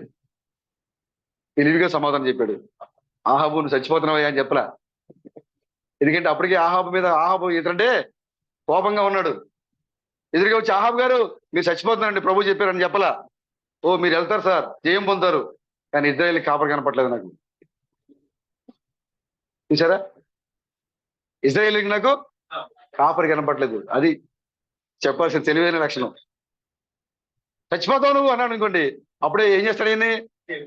ఏదో నిర్ణయం తీసుకుంటాడు ఆయన. కానీ ఏం చెప్పాడు ఈయన? మీరు వెళ్తారు, జయం పొందుతారు, కానీ ఇశ్రాయేలుకి నాయకుడు లేడు. అర్థమైపోయింది. ఇండైరెక్ట్ గా చెప్పినా కూడా ఆకు అర్థమైపోయింది. అంటే నేను చచ్చిపోతాను చెప్తాను నువ్వు? నేను చచ్చిపోతాను చెప్పేస్తాను. నాకు తెలుసు యెహోషాపాతు, నేను చెప్పానా? మనకి ఏది చెప్తే దానికి ఆపోజిట్ చెప్తాడు ఈయన. కానీ వాళ్ళు ఏం చేశారు? 400,000 మంది మనం ఏం చెప్పామో దానికి అనుకూలంగా చెప్పారు వాళ్ళు ప్రవక్తలు. అంటే ఈయన ప్రవక్త అండి. ఎంతమంది ప్రవక్తలు చెప్పేది నిజమా? ఒక్క ప్రవక్త చెప్పేది నిజమా? బైబిల్ కాలేజీలో ఏసీలో పడుకొని చక్కగా మంచి పైనుంచి నిలువుటంకి వేసుకొని చెప్పేది నిజమైన బోధా? అసలు వేసుకోవడానికి బట్టలు లేకుండా, సరే పడుకోవడానికి స్థలం లేకుండా అనే వాళ్ళు తిరిగి ఇద్దరు చెప్పేది నిజమైన బోధ? ఇక్కడ ఎవరిది నిజమైన బోధ బ్రదర్? పెద్ద పెద్ద భవంతుల్లో కూర్చొని హాయిగా దీర్ఘ ప్రార్థనలు చేసేవాళ్ళు నిజమైన ప్రార్థన? అంటున్నాడు, నేను చెప్పాను కదా, ఇతను చెప్పేది మొత్తం అంతా కూడా వ్యతిరేకంగా ఉంటుంది. ఇతను ఏది కూడా నాకు అనుకూలంగా చెప్పడు. ఈ అనుకూలంగా ఎలా చెప్తారు బ్రదర్? మరొక మెసేజ్ మాట్లాడుకోండి, ఇదిగో ఇప్పుడు ఇక రాజు బ్రదర్ నా గురించే మాట్లాడుతున్నాడు, చూసేవా బ్రదర్? అవసరం లేదు బ్రదర్, నీ గురించి మాట్లాడాల్సిన అవసరం లేదు. దేవుడు ఏది చెప్పమంటే అదే మాట్లాడాలి మనకి. కానీ నిజమే, మీరు చెప్పింది కూడా నిజమే. కొంతమంది ఉంటారు టార్గెట్ చేసేవాళ్ళు, చాలా భయంకరం అది. సాగర్ బ్రదర్ మీద ఇప్పుడు మెసేజ్ చెప్పాలి. ఇప్పుడు ఆయన ఏదో నన్ను ఏదో అన్నాడు, ఆయన డైరెక్ట్ తిట్టలేదు, తిరిగి సంఘం మాడతాడు. ఇప్పుడు నువ్వు వేస్తే అన్నాను అనుకోండి సాగర్ బ్రదర్ని, నన్ను తిడతావా, నేను రేపు నుంచి సంఘం కదా అంటాడు. కానీ నా లోపల కోపం నాకు ఇట్లా తిట్టాలి ఆయన నేను. అప్పుడు వాళ్ళకి ఏంటి, వాళ్ళకి వేదిక ఏది? ఫుల్పిట్. ఈ ఫుల్పిట్ నిలబడి సాగర్ బ్రదర్ ఎన్ని తిట్టాలో అన్ని ఆయనకు అనుకూలమైన లేఖనాలు తీసుకొచ్చి చూపించి సాగర్ బ్రదర్కి అర్థమయ్యేలాగా చెప్పి తిట్టి ప్రసంగం ముగిస్తారు. ఆ బలిపీఠం దగ్గరికి మీరు వెళ్ళకండి, చాలా భయంకరం అది. దేవుడు స్వయంగా చెప్పారు, ఆ బలిపీఠం వెనక ఉన్నది దేవుడి కాదు, దెయ్యం అది. ఒక సహోదరుని ఉద్దేశించి నువ్వు ఎప్పుడైతే ప్రసంగం చేస్తున్నావో నువ్వు ఆ సమయంలోనే నువ్వు నాశనం అయిపోతావు. అక్కడ నీ యొక్క ఆత్మీయ జీవితం నాశనం అయిపోయింది. అక్కడ నువ్వు బలిపీఠం నిలబడినావు కానీ, నువ్వు జీవించున్నావు కానీ నువ్వు మృతుడే. ఒక సహోదరుని ఉద్దేశించి కావాలని టార్గెట్ చేసి మెసేజ్ చెప్పడం అనేది చాలా భయంకరమైన కార్యం. అది ఒకవేళ నిజంగా నేను చెప్పాలనుకున్నాను అనుకోండి, ఆ సహోదరుని బయటికి పిలిచి, సహోదరుడా ఇదిగో ఈ విషయంలో నీలో కొరత కనబడుతుంది, నాకు ఇది నువ్వు సరి చేసుకో, ఇది సరి చేసుకో అని మనం మరొకరు తెలియకుండా మనం హెచ్చరించాలి. అది పరిశుద్ధాత్మ చేసే పని. అది ఇక్కడ నిలబడి చేసేది కాదు. అది ఇప్పుడు ఆహాబ్ అంటున్నాడు, ఇదిగో నా యొక్క 450 మంది ప్రవక్తలు నాకు అనుకూలంగా నేను ఏం చెప్తా నమ్ముతారు వాళ్ళు, నేను ఏం చెప్తా చేస్తారు వాళ్ళు. నువ్వేం చెప్తా చెప్పడం కాదు ఇక్కడ నిలబడింది, ఇక్కడ దేవుడు ఏం చెప్తారు చేయటం ఇక్కడికి వచ్చాం మనవాడికి. నీకు అనుకూలంగా నీ చెవులకు ఇంపైన బోధ దురద చెవులు కలిగిన వారు కాబట్టి చివరి కాలంలో ఉండే వాళ్ళందరూ ఎవరు? అంత్యకాలంలో అపహాసకులు వస్తారు. వారు ఎలాంటి వారు? దురద చెవులు కలిగిన వాళ్ళు. వాక్యము వారికి ఎలా ఉండాలి? వారికి నచ్చినట్టుగా ఉండాలి. రమేష్ గారు ఇవాళ ఆదివారం ప్రార్థన బ్రదర్. లేదు బ్రదర్, ఇవాళ కొద్దిగా మరి ఫంక్షన్ ఉంది వెళ్తారా? సరే బ్రదర్, జాగ్రత్త వెళ్ళండి, రేపు మళ్ళీ వారం వచ్చేయండి. ఈ బోధ కావాలి. రమేష్ బ్రదర్ కుదరదు, దేవుని యొక్క సన్నిధిలో నువ్వు ఎత్తవాలనుకుంటే ఖచ్చితంగా నువ్వు దేవుని యొక్క సన్నిధిలోకి వచ్చి తీరాల్సిందే అని చెప్పితే ఆయనకి ఎలా ఉంటది? అబ్బో. కానీ పౌలు గారు చెప్తున్నారు, ఈ చివరికాల సమయంలో సంఘానికి కావాల్సింది అలాంటి బోధే. కానీ ఏ బోధలు వస్తున్నాయి? మనం చదువుకున్నాం కదా, పాస్టర్ బలహీనమైపోతున్నాడు, పరిశుద్ధాత్మను కోల్పోయి స్టేజీ మీద పాస్టరు బలహీనమైపోతున్నాడు. కారణము సంఘంలో చెప్పడానికి భయము, పిరిగివాడు. ఎందుకంటే సంఘం నుంచి వెళ్ళిపోతాడు భయము. ఇక్కడ కృష్ణ చెప్తారు, ఒక్కరిని వెళ్ళిపోయిన ఒక సోదరుడు చదువుతున్నారు బ్రహ్మ గారితో, బ్రహ్మ సోదరుడా బా ఎంత మంచి ఉత్తమైన వాడు నువ్వు, ఎంత మంచి ఉద్యోగ ప్రసంగికుడు నువ్వు, నీ బోధలు అమోఘం బా, మళ్ళీ మళ్ళీ అనిపిస్తుంది మాకు. అట్లా బాగా చెప్తున్నావు. కానీ ఆ స్త్రీల విషయంలో మొత్తం ఒకసారి వదిలేసేయండి సోదరుడా. ఆ స్త్రీలను గద్దించుకో దయచేసి ప్లీజ్. నీ ప్రసంగాలు అన్ని బాగుంటాయి, అన్ని అంత నేను వింటా, అప్పుడప్పుడు వింటా ఉన్నా. కానీ నీ ప్రసంగాల్లో అప్పుడప్పుడు నాకు కలుపుకుపోయి ఒక రాయి తగులుతుంది నోట్లో. భోజనం చేస్తూ ఉంటే రాయి తగిలితే ఎలా ఉంటుంది? ఇబ్బందికరంగా ఉంటుంది కదా. అలాగే నీ ప్రసంగాలు వింటా ఉంటే సాఫ్ట్ గా వెళ్ళిపోతూ ఉంటుంది. నువ్వు ఒక్కోసారి ఏం చేస్తుంటే ఒక రాయి వదులుతున్నావు. అది నమలటం మాకు చాలా కష్టంగా ఉంటుంది. ఆ స్త్రీల గురించి కొంచెం వదిలేసాను. వదలలేదనుకో నువ్వు, నీ సంఘంలో స్తంభాలు తప్ప ఎవరుంటారు సోదరుడా? వెళ్ళిపోతారు. చూసారా? ప్రేమగా చెప్పాడు, మళ్ళీ ఏమి కఠినంగా చెప్పలా, ప్రేమగా చెప్పాడు. నీ ప్రసంగాలు చాలా అద్భుతం, పౌలు గారి కంటే ఉద్యోగంగా బోధిస్తున్నావు, మంచిది. కానీ ఆ స్త్రీలు ఇలా ఉండాలి, అలా ఉండాలి, సంఘంలో పురుషులు ఎలా ఉండాలి, అలా ఉండాలి అని నువ్వు బోధిస్తూ ఏదైతే ఖండిస్తున్నావో ఆ ఖండించేది చాలా ఇబ్బందికరంగా ఉంది. చాలా మంది సంఘాన్ని వదిలేసి వెళ్ళిపోతారు. కాబట్టి నువ్వు వెళ్ళిపో, ఆ సంఘం వెళ్ళిపోతే నీ సంఘంలో ఏముంటాయి? పిల్లర్సే ఉంటాయి, మనుషులు ఎవరు ఉంటారు? వెళ్ళిపోతారు మొత్తం అందరూ, ఖాళీ అయిపోతుంది సంఘం. కణంగా ఏమన్నా నిజం సోదరుడా సంఘం ఖాళీ అయిపోతుంటావా? రైతు నేను రేపు నుంచి మరి చెప్పడం మానేస్తలే, ఒకవేళ ఏదైనా ఉంటే కొన్ని నిదానంగా చెప్తాలే, అమ్మ సోదరి టైట్ బట్టలు కాబట్టి కొంచెం లూజ్ చేసుకోమ్మా అని చెప్తాలే అన్నాడా? వద్దా? ఏమన్నారు? వెళ్ళిపోయి స్తంభం ఉంటున్నాయి. నా దేవుడు అబ్రాహాం యొక్క సంతానాన్ని రాళ్ల ద్వారా తీసుకుని రాగలడు. అక్కడ ఆయన ఇప్పుడు స్తంభంలోకి వచ్చిన వాడు మనమే ఉన్నాం అక్కడ. అలవయ్య ఆనాడు యాహారు కేకలు వేసినట్టుగా చెప్పినట్టుగా, యేసుక్రీస్తు చెప్పినట్టుగా, రాళ్ళ నుంచి అబ్రాహాం సంతానం అవుతుందని చెప్పినట్టుగా అన్యుల నుంచి మనం బయటకు వచ్చాం. మనమే అబ్రాహాం యొక్క సంతానమై ఉన్నాం. ఒక దేవుని ప్రవక్త దేనికి రాజీగాడు, ఒక దేవుని యొక్క సేవకుడు దేనికి కూడా రాజీగాడు. ఆయన సంఘములో జనం ఉన్నారా ఆయనకి అనవసరము. ఆయన చెప్పే ఆయన బాధ్యత ఏంటంటే ఆ పరలోకం నుంచి తన మీదకి ఏ ఆత్మ తెలిసి మాట్లాడుతుందో ఆ యొక్క మాటని బయటికి విడుదల చేయటమే ఆ వర్తమానం యొక్క వర్తమానము. ఆపడానికి లేదు లోపల. ఆమె ప్రభుకి స్తోత్రం కలగాక. కాబట్టి ఆయన చెప్పాడు, ఖాళీ అయిపోయిన పర్లేదు సోదరుడా, నాకేం బాధలేదు, స్తంభాల్లోంచి అబ్రాహాం సంతానం వస్తుందని చెప్పాడు ఆయన. ఆమె నిజంగానే వాళ్ళందరూ ఖాళీ అయిపోయారు, స్తంభం నుంచి మనం వచ్చాం. హల్లెలూయా. ఆహాబు అంటున్నాడు, ఈ యొక్క ప్రవక్తని, ఈ యొక్క ఇలాంటి సేవకుని నేను ఎక్కడ చూడలేదయ్యా, కఠినమైన వాడు. కనీసం ఎప్పుడైనా సంతోషం కోసమైనా ఆహాబు గారు మీరు బాగుపడతారని చెప్పాడా? ఏం పాస్ట్ అండి ఈయనే పాస్ట్ అండి, 450 మందిని చూసి నేర్చుకోయా నువ్వు అని అంటున్నాడు. మీకే అంటున్నాడు, లేదు లేదు లేదు, నేను వాళ్ళు చూసి నేర్చుకోను. నా ట్రైనర్ వేరే, నా గురువు వేరే, నాకు వచ్చే వర్తమానికుడు వేరే, ఈ లోక సంబంధమైనది కాదు అది. హల్లెలూయా. ఏమొచ్చిపోతాడు. అయ్యా మరి ఏంటి పరిస్థితి, ఏం చేద్దాం? ఆయన చెప్పిన మాట ఏంటండి? అసలు ఆయన చేసి ఏం జరగదు. ఆయన వర్తమానికుడు, సరిగ్గా పడుకోవడానికి మనసు లేదానికి, వేసుకోవడం బట్టలు లేవు, ఆయన చెప్తే ఎలా జరుగుద్ది? మన ఇద్దరికి వెళ్ళిపోదాం. సరే ఓకే, నీ మాట చెప్పిన ఇద్దరికి వెళ్ళిపోదాం. అందరూ యుద్ధానికి రెడీ అయిపోయారు. ఆహాబు కూడా యుద్ధానికి రెడీ అయిపోయాడు. మంచి డాళ్ళు ఖడ్గాలు అన్ని పట్టుకొని వచ్చేసాడు. రోజులకు వచ్చి కూర్చున్న తర్వాత డౌట్ వచ్చింది, ఈ చెప్పినోడు మరి ఏది ఇశ్రాయేలు ప్రజలకు కాపాడలేడు అన్నాడు. రోజుల్లో కూర్చున్నాక డౌట్ వచ్చింది, భయం వేసింది. ఏం చెప్పాడు ఈయన? ఇజ్రాయేల్కి కాపర్లేడు అన్నాడు. ఎందుకు వచ్చిన బాధలే, డైరెక్ట్ గా ఎందుకు, సరే మనం వెళ్తున్నాం, వెళ్ళలేదే వీళ్ళు మారు వేషం వేసుకుందాం అని చెప్పి మళ్ళీ వెనక్కి వెళ్ళి ఏం చేశాడు? సైనికుడు రూపం రాజుగారి డ్రెస్ తీసేశాడు. ఇప్పుడు లోపల ఎక్కడో కొడతా ఉంది. ఎందుకంటే ఆహాబుకు తెలుసు ఆయన మాట్లాడిన వారు ఎవరు, దేనికి రాజీ పడని దేవుని యొక్క ప్రవక్త ఆయన. కాబట్టి ఆహాబు యొక్క హృదయంలో భయం వచ్చింది ఎక్కడో. వెంటనే గబగబా రాజ వస్త్రాలు తీసేశాడు, సైనిక వస్త్రాలు ధరించుకున్నాడు, మారు రూపం వేసుకున్నాడు. రాజులా లేడు ఇప్పుడు ఆయన. ఆ రథంలో కూర్చుంటే ఇప్పుడు ఇద్దరు రాజులు ఒకే రథంలో కూర్చున్నారు అక్కడ. ఒక ఆయన రాజులో ఉన్నాడు, ఇంకో ఆయన సైనికులో ఉన్నాడు. ఇప్పుడు ఈ సైనికులో ఉన్నది ఎవరు? యోషువతోడు అడుగుతున్నాడు, ఏంటి రాజు గారు డ్రెస్ మార్చారు? ఈ ఎందుకులే, ఏదో ఏదో కాపర్లేని అన్నాడు కదా, సరే ఎందుకులే అని మార్చుకొచ్చా. ఓకే సరే బ్రదర్, మనం జయించొద్దాం ఇలా పదండి. వాళ్ళు యుద్ధంలోకి వెళ్ళారు. అక్కడ యుద్ధంలోకి వెళ్తే ఇతను మారు వేషంలో ఉన్నాడు కాబట్టి రాజు వేషంలో ఉన్నాడు. ఎవరు ఇప్పుడు? సహాయం చేద్దామని వచ్చాడు ఆయన. ఏదో సహోదరుడు కదా, స్నేహితుడు కదా, సాయం చేద్దాం. నీకు చేసే సాయం ఎవరికి చేయాలి బ్రదర్? నువ్వు ఎవరికి పడితే సాయం చేస్తే నీకే వస్తుంది ప్రాణం మీదకి.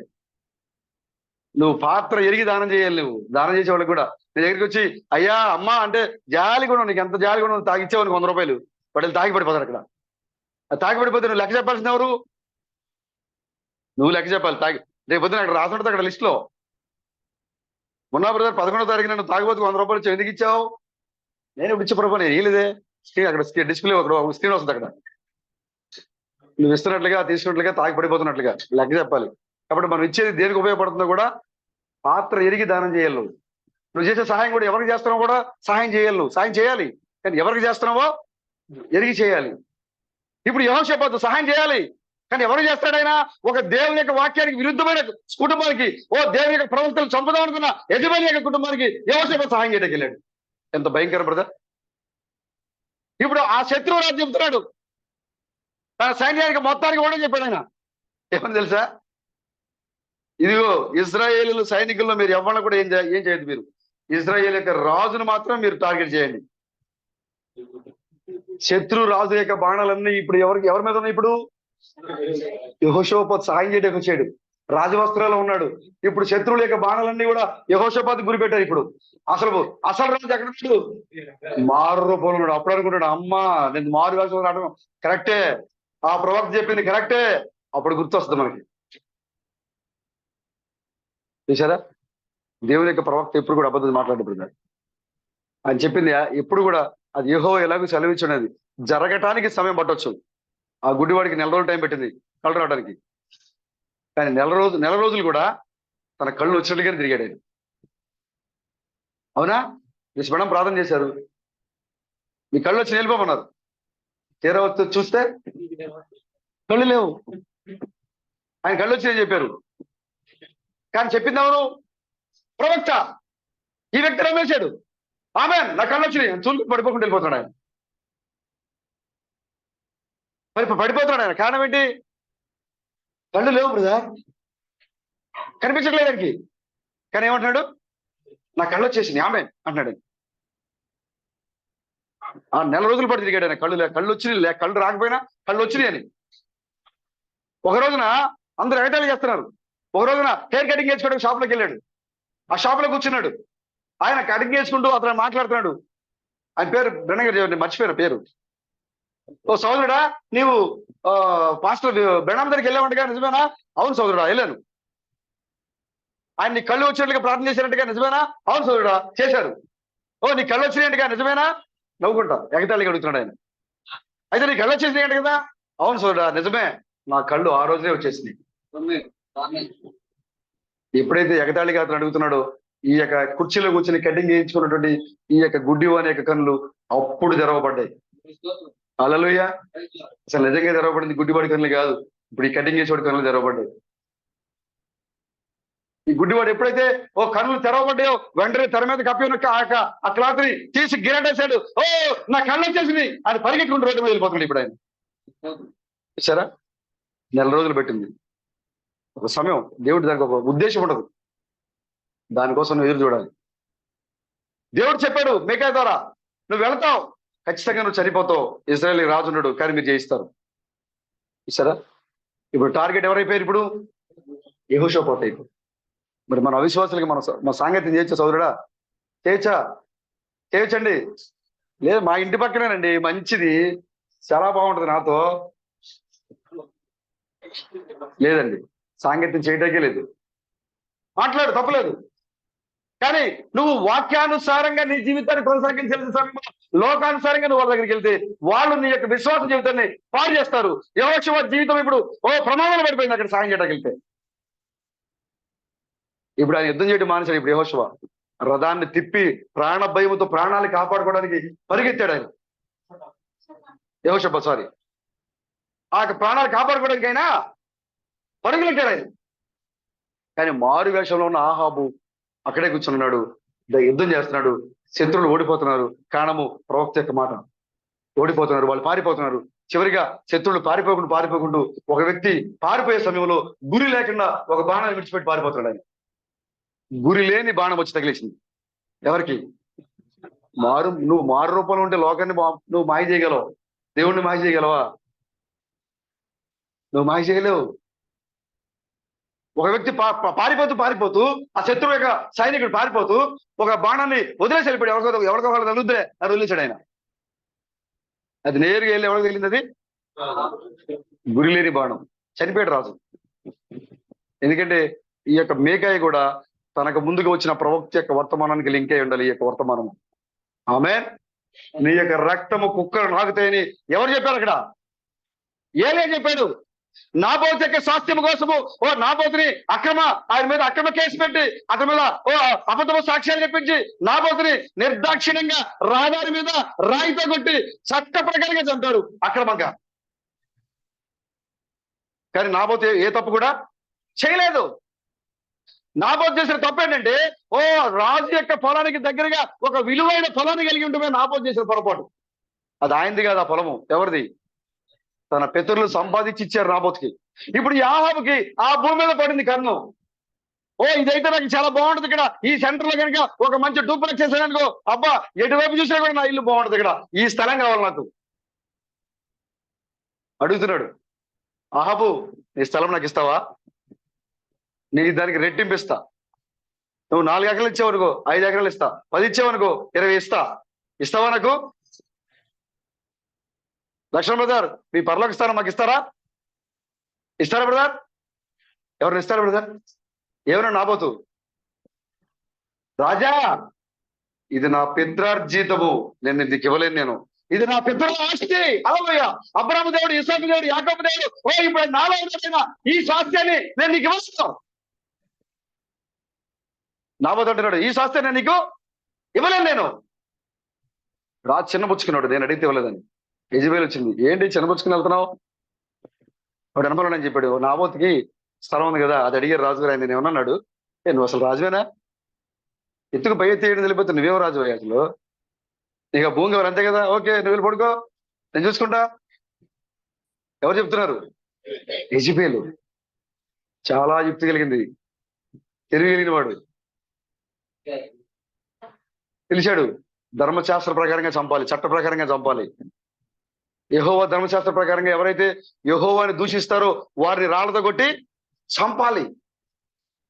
అలా చంపితే ఈ నేరము ఆహాబు మీద పడదు, ఆ నేరము యెజెబెల్ మీద పడదు. ఒకవేళ మామూలుగా చంపితే ఆ హత్య నేరం అవుతుంది. కాబట్టి చట్టంలో ఉన్న ఆ ధర్మశాస్త్రంలో ఉన్న అవకాశాన్ని వాడుకోవడం మొదలుపెట్టారు. నేడు రాజకీయ నాయకులు వాడుకుంటారు కదా, చట్టాల లొసుకులు వాడుకున్నట్టు. చట్టాల్లో లొసుకులు వాడుకొని అన్ని విషయాలు బయటపడుతుంటారు చూసారా? ఇప్పుడు యెజెబెల్ అది మొదలుపెట్టింది, అది అక్కడే మొదలైంది. చట్టాల లొసుకులు, చట్టంలో ఉన్న ఆ ధర్మశాస్త్రంలో ఉన్న ఆచారాన్ని మీరు ఎవరైతే యెహోవాని దూషిస్తారో వాటిని ఏం చేయాలి? ధర్మశాస్త్ర ప్రకారంగా కొట్టి చంపొచ్చు, దానికి నేరం లేదు. కాబట్టి ఏం చేయాలి? ఇప్పుడు దానికి సాక్ష్యం కావాలి. ఎంతమంది సాక్ష్యం కావాలి? 2 సాక్షులు కావాలి. కాబట్టి ఒక 2 పిలిపించింది యెజెబెల్. వాళ్ళకి డబ్బులు ఇచ్చింది. మీరు నాబోతు యెహోవాని తిడతా ఉండగా నేను విన్నానని చెప్పండి మీరు, అక్కడ చాలు. డబ్బులు ఇచ్చింది. ఎవరైనా పిలిపించారు నాబోతుని.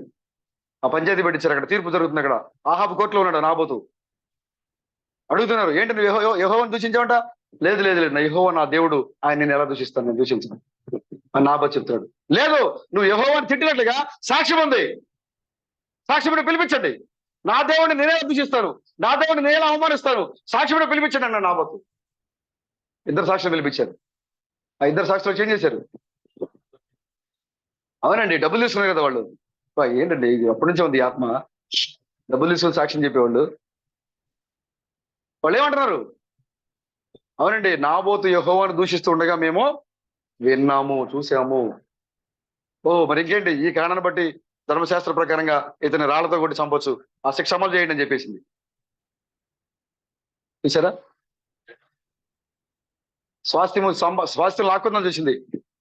నాబోతు చనిపోయినా కూడా స్వాధీనం చేసుకెళ్ళిపోయారు వాళ్ళు. నాబోతుని తీసుకెళ్లి రోడ్డు మీద నుంచి పెట్టి ఏం చేశారు? రాళ్లతో కూడా చంపేశారు. నాబోతు చనిపోయాడు రోడ్డు మీద. కుక్కలేసి రక్తం నాకేసింది అక్కడ. ఆ రాళ్ళకున్న రక్తము, ఆ పడిన రక్తం అంతా కూడా ఆ నాబోతు తీసుకెళ్లిపోయిన తర్వాత బంధువులు వచ్చి అదంతా ఉన్న రక్తం అంతా కూడా వచ్చి కుక్కల ప్రాంతానంతా కూడా నాకేసింది. దేవుడు చెప్పాడు ఏలియాకి, నువ్వు వెళ్ళు, యాహాబు ఇశ్రాయేలు రాజు భయంకరమైన కార్యం చేశాడు, నువ్వు వెళ్ళి హెచ్చరించు. నాబోతు యొక్క రక్తాన్ని ఏ విధంగా కుక్కలు లాగినాయో ఆహాబు యొక్క రక్తాన్ని కూడా అలాగే కుక్కలు లాగితే నువ్వే చెప్పు. ఏలియా వచ్చి చెప్పాడు, అయ్యా నువ్వు నాబోతుని అక్రమంగా అన్యాయంగా చంపి నువ్వు నీ యొక్క పాపాన్ని ఒడిగొట్టుకున్నావు. నాబోతు ఏ విధంగా చనిపోయి రక్తాన్ని కుక్కలు నాకినాయో నువ్వు అలాగే చనిపోతావు. ఇప్పుడు ఆయన తర్వాత వచ్చిన ఆయన తర్వాత వచ్చిన ప్రవక్త ఏం చేయాలి? ఇప్పుడు దానికి లింక్ అయి ఉండాలి మెసేజ్. బ్రదర్, నువ్వు నిజంగా దేవుడి చేత పంపడిన వర్తమానికుడు ఏంటి? నీ వెనక వచ్చిన వర్తమానికితో నీ వర్తమానము లింక్ అయి ఉండాలి. ఆయన వేసిన పునాది మీదే నువ్వు నిలబడి ఉండాలి. కాబట్టి మేకాకి తెలుసు, ఆల్రెడీ నాకంటే ముందుగా వచ్చిన వర్తమానికుడు ఆహాబుని ఏం చెప్పాడు? నీవు చనిపోతావు, నీ రక్తాన్ని కుక్కలు నాకుతాయని చెప్పాడు. కాబట్టి ఆహాబు నువ్వు బతకవు. కానీ సిద్ధిగా ఏమంటున్నాడు? చిరంజీవి రాజు చిరంజీవి నువ్వు అసలు నీకు మనమే లేదన్నాడు ఆయన. మరి ఈ నెల ప్రవక్త అవుతాడు బ్రదర్. గత ప్రవక్త యొక్క వర్తమానాన్ని తప్పుగా బోధించేవాడు ఇది నెల ప్రవక్త అవుతాడు. అసలు అప్పుడు వెంటనే ఎప్పుడైతే ఆహాబుతో మేకా మాట చెప్పాడు, మేకా ఏం చేశాడు? ఆహాబు, నేను వచ్చే వరకు తీసుకుని పోయి లోపలికి చీకటి గదిలో బంధించండి, ఇతనికి నీరు ఆహారం కూడా పెట్టొద్దు. సరే, వెంటనే ఎప్పుడైతే రాజుగారి నోట్ నుంచి ఆ మాట వచ్చింది, మేకా ఏం చేస్తున్నారు? ఇటువైపు సైడ్ బంధించేసి తీసుకెళ్ళిపోతున్నారు. ఆయన అంటున్నాడు, ఆయన వెళ్ళిపోతున్నా చెప్తున్నాడు, చీకటి గదిలో పడేయండి అతన్ని, నేను వచ్చే వరకు ఇతనికి నీళ్లు ఆహారము ఇవ్వద్దు. ఎవరికి? యెహోవా ప్రవక్తకి. భయపడతాడు బ్రదర్? నాకు నీళ్ళు ఇవ్వనంటే భయపడతాడు ప్రవక్త? నీకు డబ్బులు ఇవ్వనంటే భయపడతాడు ప్రవక్త? నేను సంఘం మానేస్తా, నువ్వు నన్ను ఏమైనా తిట్టావంటే సంఘం మానేస్తా అంటే భయపడతాడు ప్రవక్త? Don't care. హల్లెలూయా.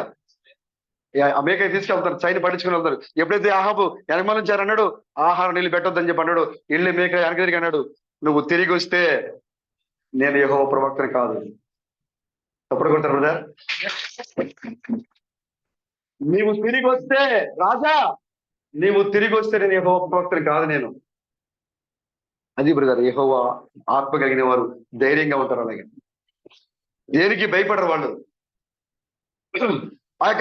ఆ గురిలేని బాణం ఎప్పుడైతే రథములో ఆహాబు తగిలిందో, ఆ రథములో ఆహాబు రక్తము కార్చి రథములోనే చనిపోయాడు. యుద్ధం అయిపోయింది, వాళ్ళు జయించారు.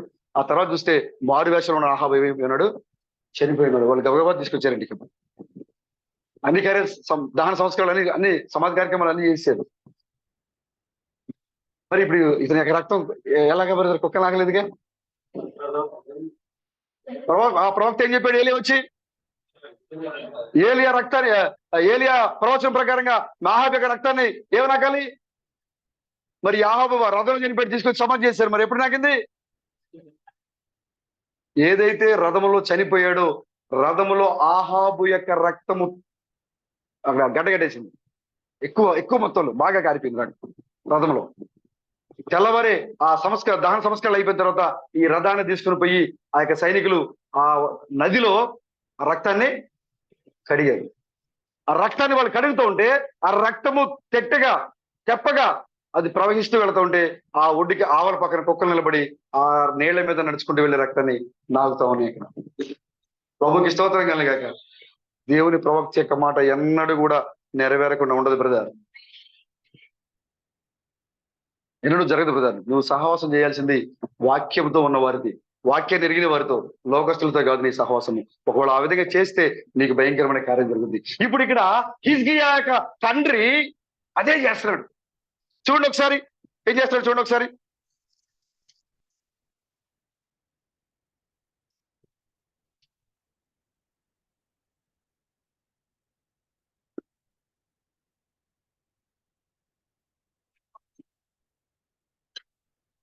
సరే.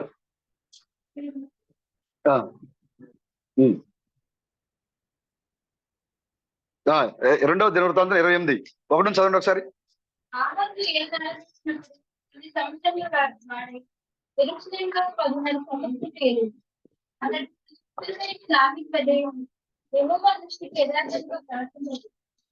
చూసారా, ఎవరినైనా ఏ రాజునైనా మీరు మీరు రాజు గ్రంథాలు కానీ దినవృత్తాంతాలు కానీ చూడండి, మొదటి 2 దినవృత్తాంతాల్లో దావీదు వలె అని పోల్చబడి ఉంటుంది. మీరు చూడండి తర్వాత ఇంటికి వెళ్ళిన తర్వాత దావీదు వలె యథార్థవంతుడై పరిపాలించలేదని రాయబడి ఉంటుంది అక్కడ. మిగతా ఎవరిని గురించి ఉండదు అక్కడ. కారణం ఏంటంటే ఈ చివరి కాల సమయంలో దావీదు యొక్క సింహాసనం స్థాపించబడాలి పడతాయి. నీతి న్యాయంగా రాజు రాబోతున్నాడు. ఆ రాజు దావీదే ఉండాలి ఇక్కడ. అందుకోసమే ఏ రాజుని పోల్చినా కూడా ఎవరితో పోల్చాడు దేవుడు? దావీదుతో. మీ తర్వాత మీరు చూడండి 2 దినవృత్తాంతంలో మీరు చూడండి, రాజుల్లో కూడా 2 రాజుల్లో కూడా మీరు చూడండి. చదవండి.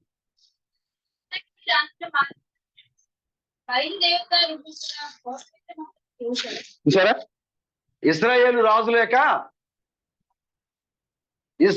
రాజులు ఏ మార్గంలో నడుస్తున్నారో ఈ ఆహాజు కూడా ఆ మార్గంలో నడుస్తున్నాడు. ఇది ఎవరు? యూదారాజు. యూదారాజుకి ఇశ్రాయేల్ రాజుతో సంబంధం ఏంటి? విశ్వాసకి అవిశ్వాస సంబంధం ఏంటి? వాళ్ళ మార్గంలోకి ఈనడం ఏంటి? వాళ్ళ విశ్వాసాన్ని ఈయన పాటించడం ఏంటి? చాలా భయంకరం ఇది.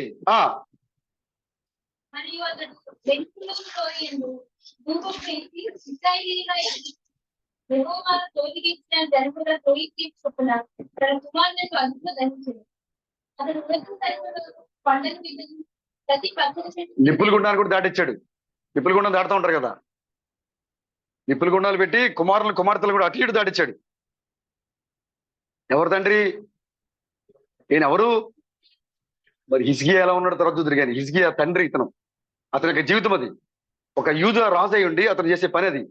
దేవుడు అతనికి రాజ్యాన్ని ఇస్తే, యెహోవా అతనికి రాజ్యాన్ని ఇస్తే, యెహోవాని సేవించడానికి బదులుగా అతను వేరే రాజులను అనుకరిస్తున్నాడు. ఆయన వేరే దేవతలను ఆరాధన చేస్తున్నాడు. ఆయన బయలు దేవతలను ఆరాధన చేస్తున్నాడు. ఆయన ఇశ్రాయేలు మార్గంలో నడుస్తున్నాడు. ఆయన అంతేకాకుండా తనే కాదు, తన కుటుంబాన్ని మొత్తాన్ని కూడా అన్య విగ్రహాల వైపు నడిపిస్తూ ఉన్నాడు. చదవండి ఒకసారి.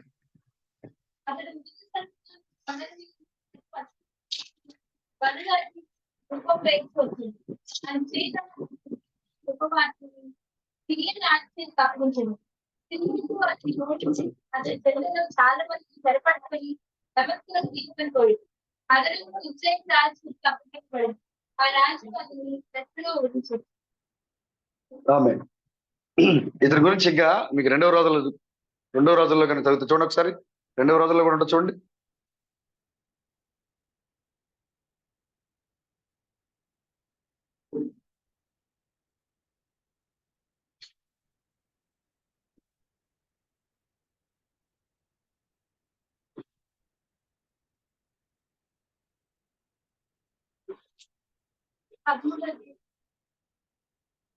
పదమూడులో ఉందా?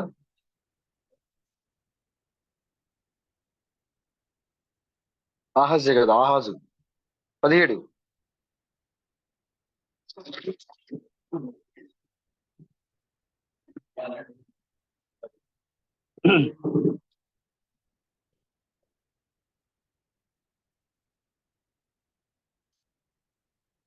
అనే 17. ఇందులో మనకు ఒక్క రెఫరెన్స్ చదివిచ్చేసి మనం వెళ్ళిపోదాం.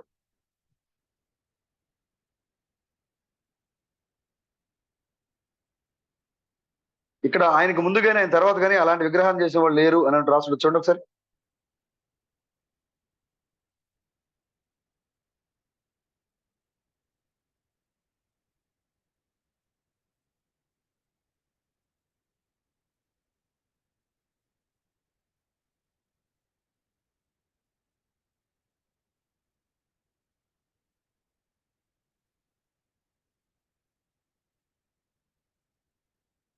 కనపడలేదా? సరే, ఓకే. ఏది 13?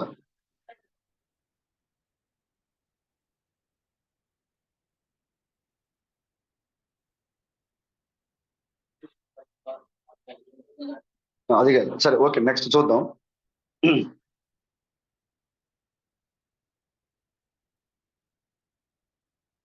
యెహోవా దేవుడు బ్రహ్మ రూపములో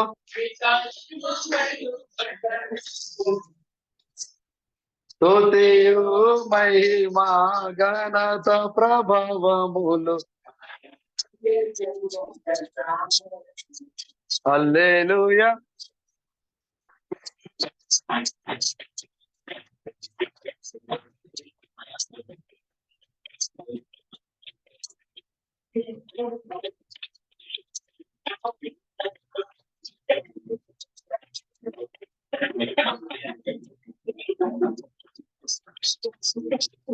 హల్లెలూయా హల్లే హల్లే.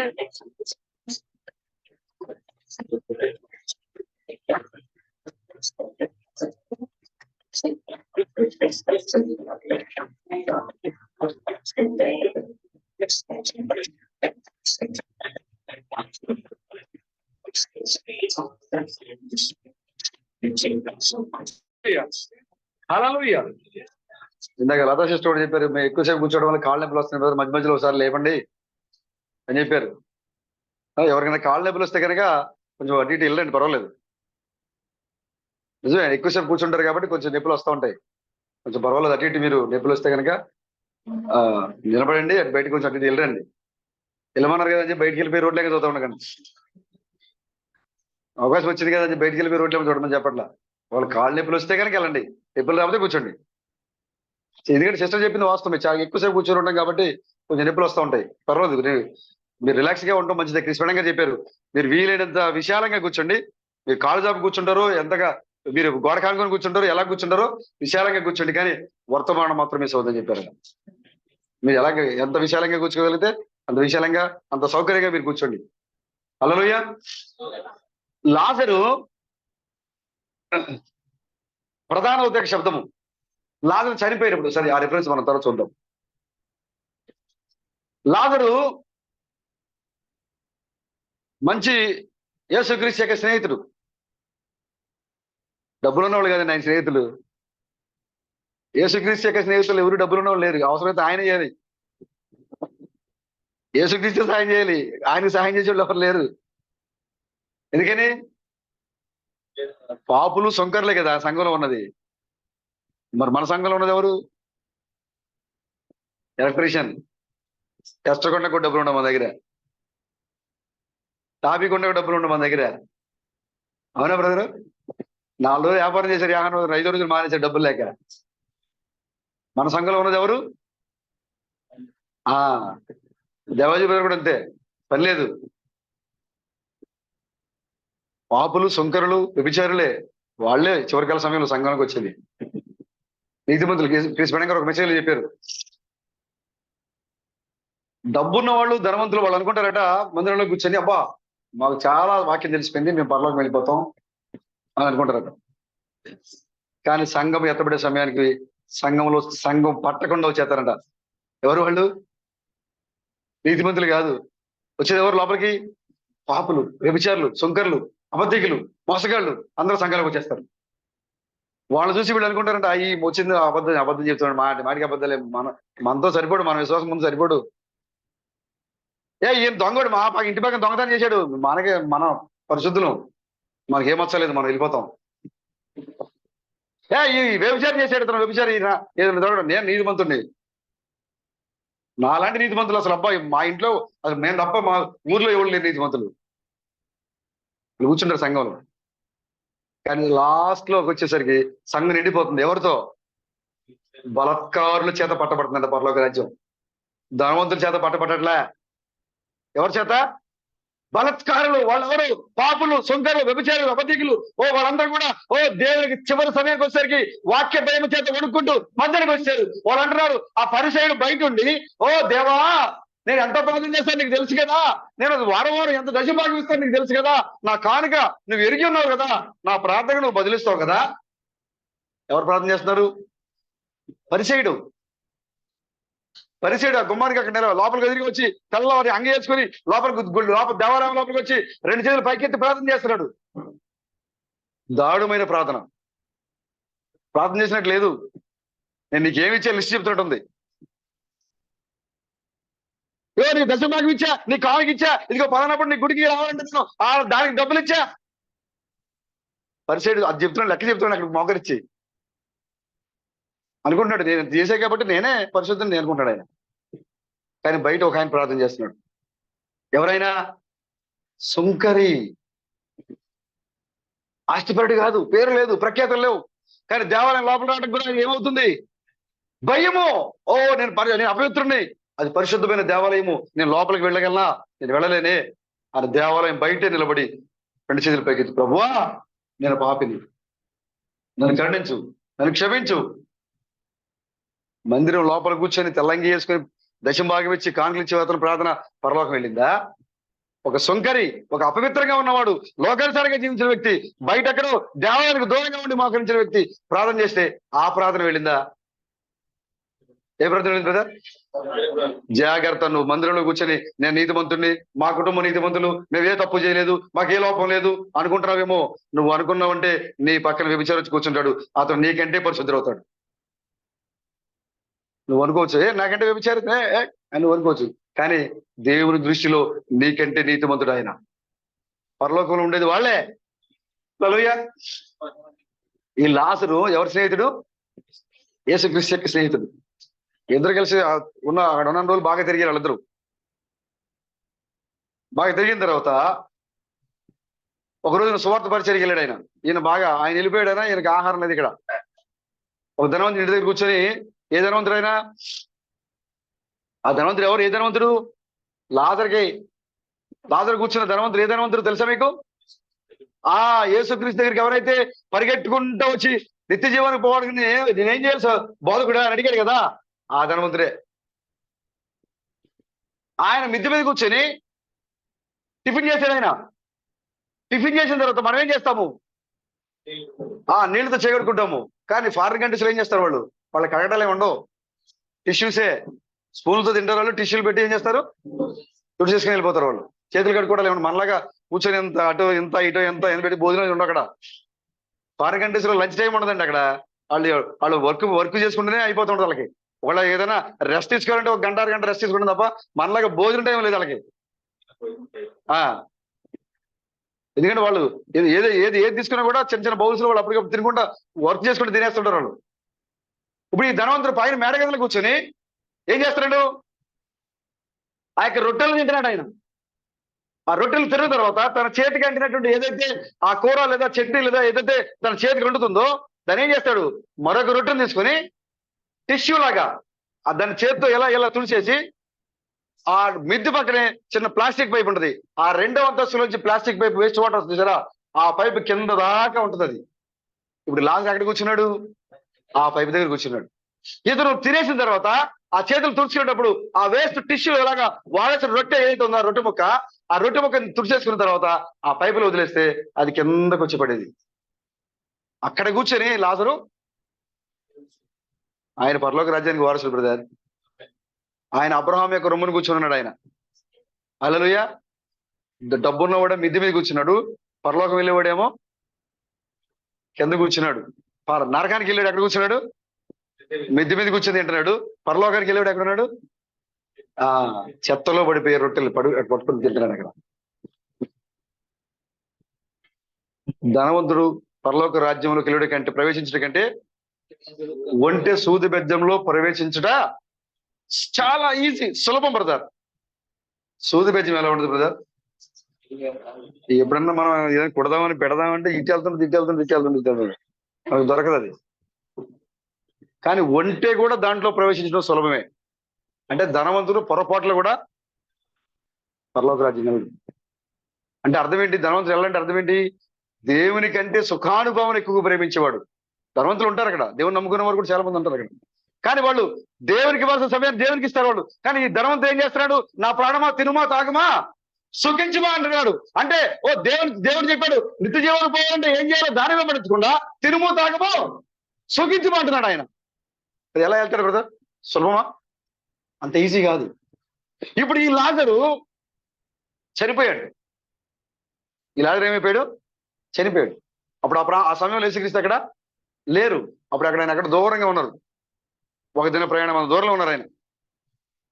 ఈ లోపు యేసుక్రీస్తు రావడం లేట్ అయిపోతుంది కాబట్టి లాజరు యొక్క అక్క చెల్లెలిద్దరు కూడా ఓ సోదరులు మరి మార్త మరియు మరియా వాళ్ళిద్దరు కూడా కార్యక్రమాలు కానిచ్చేశారు. తీసుకెళ్ళి సమాధి చేశారు లాజర్ని. కబురు పంపించారు. యేసు స్నేహితుడు కదా, మరి ఈ విషయం కనీసం సమాచారం తెలిస్తే బాగుంటుందిలే, నువ్వు వెళ్ళి ఆయన ఎక్కడ కనుక్కొని ఈ మాట చెప్పు అని ఒక ఆయన పంపించారు. ఆయన చనిపోయి కార్యక్రమం జరుగుతూ ఉంటే నడుచుకుంటూ చివరికి ఎక్కడో కనుగొన్నాడు ఆయన్ని. కనుగొని వెళ్ళి ప్రైజ్ బ్రదర్ యేసు గారు, చెప్పండి బ్రదర్, నీ స్నేహితుడైనటువంటి లాజరు చనిపోయాడు. ఓ అవునా, ప్రభువా నీకు స్తోత్రం, నన్ను అక్కడ ఉంచలేదు. ఏమన్నాడు? ఎవరు చెప్పింది ఈ మాట? యేసుక్రీస్తు అంటున్నారు, ప్రభువా నీకు స్తోత్రం, నన్ను అక్కడ ఉంచలేదు నువ్వు. ఎందుకంటే ఒకవేళ నేను అక్కడ ఉన్నట్లయితే చనిపోయిన నా స్నేహితుడు లాజర్ని అప్పుడే నేను లేకుండేమో. కానీ దేవుని యొక్క చిత్తము చూసారా, దేవుడి చిత్తం లేకుండా ఏది జరగదు కదా. ఆయన అంత కంట్రోల్లో ఉన్నాడు కాబట్టి అధికారం ఆయన దగ్గర ఉంది. నీకు ఎందుకు అధికారం రాలేదు? నువ్వు ప్రార్థన చేస్తుంటే ఫిజికల్ గా ఎందుకు నీకు కార్యాలు కనబడలేదు అంటే నువ్వు ఇంకా ఆ స్టేజ్కి రావాలి. యేసుక్రీస్తు ఒక ఆయన వచ్చి అడుగుతున్నాడు, నేను నా అంశాలు పెట్టి ఎక్కడికి చాలా దూరం వచ్చేసాను, నా అంశాలు దాటి నేను చాలా దూరం వచ్చేసే బ్రదర్. ఆ యొక్క యేసుక్రీస్తు వచ్చినప్పుడు దారిలో ఒక ఆయన యేసునామములో దయ్యాలు పోను కాక పో పో పో అంటాడు ఆయన. వీళ్ళు చూసి వీళ్ళ కోపం వచ్చింది. మా నామం అది, మా యేసు మా దగ్గర ఉన్నాడు ఆయన, నువ్వేంటి ఆ నామం ఉపయోగిస్తున్నావు? నీకేం రైట్ ఉంది అసలు? నీకు ఏం హక్కు ఉందని చెప్పి నువ్వు నామాన్ని ఉపయోగిస్తున్నావు అని అడిగాడు. ఆయన ఏం మాట్లాడాల, ఏ సమాధానం చెప్పాల. నీ సంగతి ఎట్ట కాదు, మా బోధకుడు చెప్పి వస్తా అని చెప్పి వచ్చాడు. బోధకుడా ఇది నీ నామంలో ఒకటి దెయ్యాలు వెళ్ళగొడుతున్నాడు, నువ్వు కనుక ఆజ్ఞ ఇస్తే ఆకాశం నుంచి అగ్ని దింపేసి అతను నాశనం చేయమందువా? ఏంటంట, నీకు అధికారం ఇచ్చింది ఎందుకు? రోగులు బాగు చేయమని, పాపులు రక్షించమని. కానీ నేనేం అడుగుతున్నాడు వచ్చి, నీకు వ్యతిరేకంగా ఉంటే నువ్వు అగ్ని దింపేసి నాశనం చేసేస్తావా? ఇప్పుడు ఒకవేళ నీకు అధికారం ఇస్తే కూడా అట్టే ఉంటది.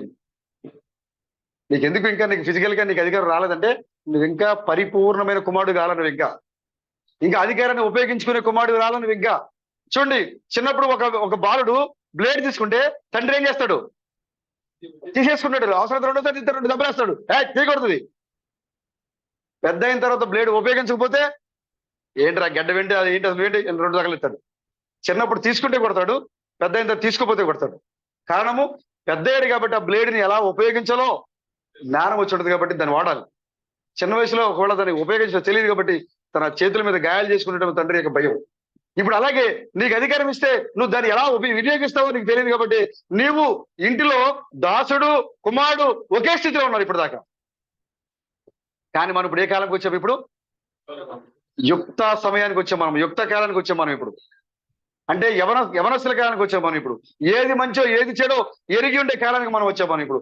కాబట్టి ఇప్పుడు దేవుడు ఇప్పుడు ఈ సమయంలో నీకు అధికారం ఇవ్వాలి ఇప్పుడు నీకు. అందుకోసం ఇప్పుడు దాకా దేవుడు నీకు నీ చేతిలో పెట్టలేదు. ఆ యవన దశ వచ్చేంత వరకైనా నీకు అధికారం ఇవ్వలేదైనా నువ్వు దాన్ని నిర్లక్ష్యంగా ఉపయోగిస్తావని యేసుక్రీస్తు అంటున్నారు. ఆ సమయంలో నేను అక్కడ లేకుండా ఉండటం మంచిదైంది. ఎందుకంటే ఈ రోజున మనం చెప్తున్నాము, చనిపోయి కుళ్ళు పట్టిన లాజరు బయటకు వచ్చాడు అని చెప్పాలంటే యేసుక్రీస్తు ఆ చనిపోయిన దగ్గర ఉండకూడదు. అవునా బ్రదర్? చనిపోయిన లాజరు లేచాడు అంటే ఆ సాక్ష్యం రావాలంటే యేసుక్రీస్తు ఆయన చనిపోయిన వెంటనే ఆ సమయంలో ఆయన ఉండకూడదు. 3 రోజుల తర్వాత, ఎందుకు 3 రోజుల నుంచి ఆయన ఒక రోజు ఆగి సరే ఓకే పదానికి వస్తానని చెప్పాడు ఆయన. ఎందుకంటే 3 రోజుల తర్వాత వెళ్ళాలి. ఎందుకంటే 3 రోజుల తర్వాత మనిషి యొక్క శరీరం కుళ్ళిపోవడం ప్రారంభమవుతుంది. మొట్టమొదటిగా ముక్కు దగ్గర నుంచి కుళ్ళిపోవడం మొదలవుతుందంట. బాడీ ఫస్ట్ డీకంపోజ్ అయ్యేది ఈ భాగమే. ఈ భాగం కుళ్ళిపోయింది, అప్పుడు వచ్చాడు ఆయన. ఈ భాగం మొత్తం ఊడిపోయింది, అప్పుడు వచ్చాడు ఆయన. అందరూ వచ్చి యేసుక్రీస్తు వచ్చరికి తన స్నేహితులు వచ్చి స్నేహితుల దగ్గరికి వచ్చాడు. యేసు వచ్చాడు అందరూ వచ్చారు అక్కడికి. ఎక్కడికి? సమాధి దగ్గరికి వచ్చారు అందరూ. వాళ్ళందరూ ఏదో ఊహించుకుని అక్కడికి బాగా వచ్చేసారు అక్కడికి. కానీ యేసుక్రీస్తు సమాధి ముందు నుంచి ఆయన ఏం చేస్తున్నాడు? ఏడుస్తున్నాడు. ఈయన ఏడుస్తున్నాడండి, స్నేహితుడు కదా ఏడుస్తున్నాడు ఈయన అని వెళ్ళిపోతున్నారు కొంతమంది చూస్తున్నారు. ఆయన ఏడ్చాడు లేచాడు. లాజరు బయటికి! ఆయన స్నేహితుడిగా ఏడ్చాడు, దేవుడిగా బయటికి పిలిచాడు ఆయన. మానవుడిగా ఏడ్చాడు ఆయన, దేవుడిగా బయటికి పిలిచాడు ఆయన. ప్రధాన దూత యొక్క శబ్దము. ఎప్పుడైతే ఆయన మాట చెప్పాడు వెంటనే ఆ లోపల ప్రేత వస్త్రాలు చుట్టబడిన లాజరు సమాధి నుంచి లేచి వస్తా ఉన్నాడు. జీవం వచ్చేసింది లాజరుకి. అప్పటికి ముఖ్యం ఏమైపోయింది? ఉండిపోయింది. ఎప్పుడైతే మాట చెప్పాడు ఆయన లేచి వస్తా ఉన్నాడు. ఆయన కృష్ణుడంగా చెప్తున్నారు, ప్రేత వస్త్రాలు అతను చుట్టి ఉండటం వల్ల అతను సరిగా నడవలేకపోతున్నాడు. ఆయన జీవం అయితే వచ్చింది కానీ లాజరుకి ఏం చుట్టబడున్నాయి? ప్రేత వస్త్రాలు. జీవం ఉంది కానీ ఏం చుట్టబడున్నాయి?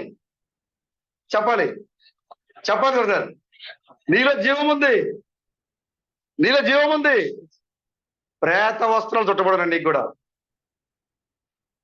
నువ్వు లేచావు, వర్తమానమైనప్పుడు నీలో జీవం వచ్చింది, ఉద్యోగం వచ్చింది, విశ్వాసం వచ్చింది. కానీ నీవు నడవడానికి అడ్డుగా నీలో ఉన్న ఈ లోక సంబంధమైన కార్యాలన్నీ కూడా నేను పట్టించేస్తాను, బంధించేస్తున్నాను. అసూయ, ద్వేషము, కలహము, మత్సరము, వ్యభిచారము, కళ్ళకలము ఇవన్నీ కూడా లోకము నీలో ఉండి ఆ ప్రేత వస్త్రాల వలె నిన్ను చుట్టువేసి నీవు జీవంతో సమాధిని చేయించిన, మరణాన్ని చేయించిన నడవకుండా నేను అడుగుంటా ఉంది. అన్నయ్య ఏం బ్రదర్, బతుకున్న మనుషులు పట్టుకుని ప్రేత వస్త్రాలు అంటారు. ప్రేత వస్త్రాలు ఇంకా ఇంకా చాలా మంచి పదం బ్రదర్. నిన్ను పట్టుకుంది దానికంటే పెద్ద పదం పట్టుకుంది. నిన్ను విశ్వాసంలో నడవకుండా నీ నడకను అడ్డుకునేది ఎవరు? ప్రేత వస్త్రము. నీకు జీవం వచ్చింది. ఓ కోల్పోయిన అవయవాన్ని సృష్టించుకున్నావు. ఎప్పుడైతే లాజరు లేచాడో కుళ్ళిపోయిన ముక్క అయిపోయింది, సృష్టించుకుంది. కానీ లాజరు సరిగా అప్పుడు యేసుక్రీస్తు చేతుడు వెళ్ళిపోయి అతని యొక్క కట్లను ఇప్పుడు నడవలేకపోతున్నాడు.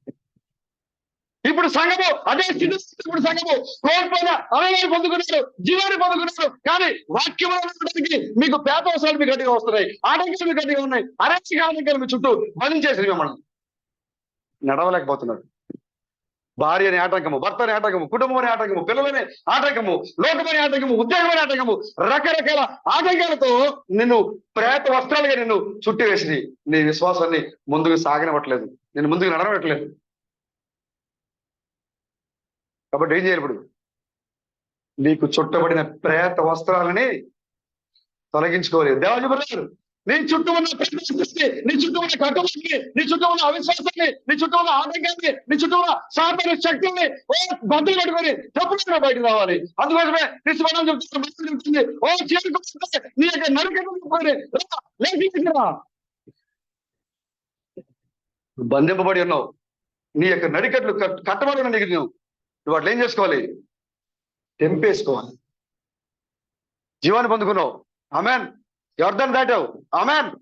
కోల్పోయిన అవయవాలు పొందుకున్నావు, ఆమేన్. కానీ నీ చుట్టూ ఏమున్నాయి? ప్రేత వస్త్రాలు చుట్టబడి ఉన్నాయి. వాటిని తొలగించుకోవాలి.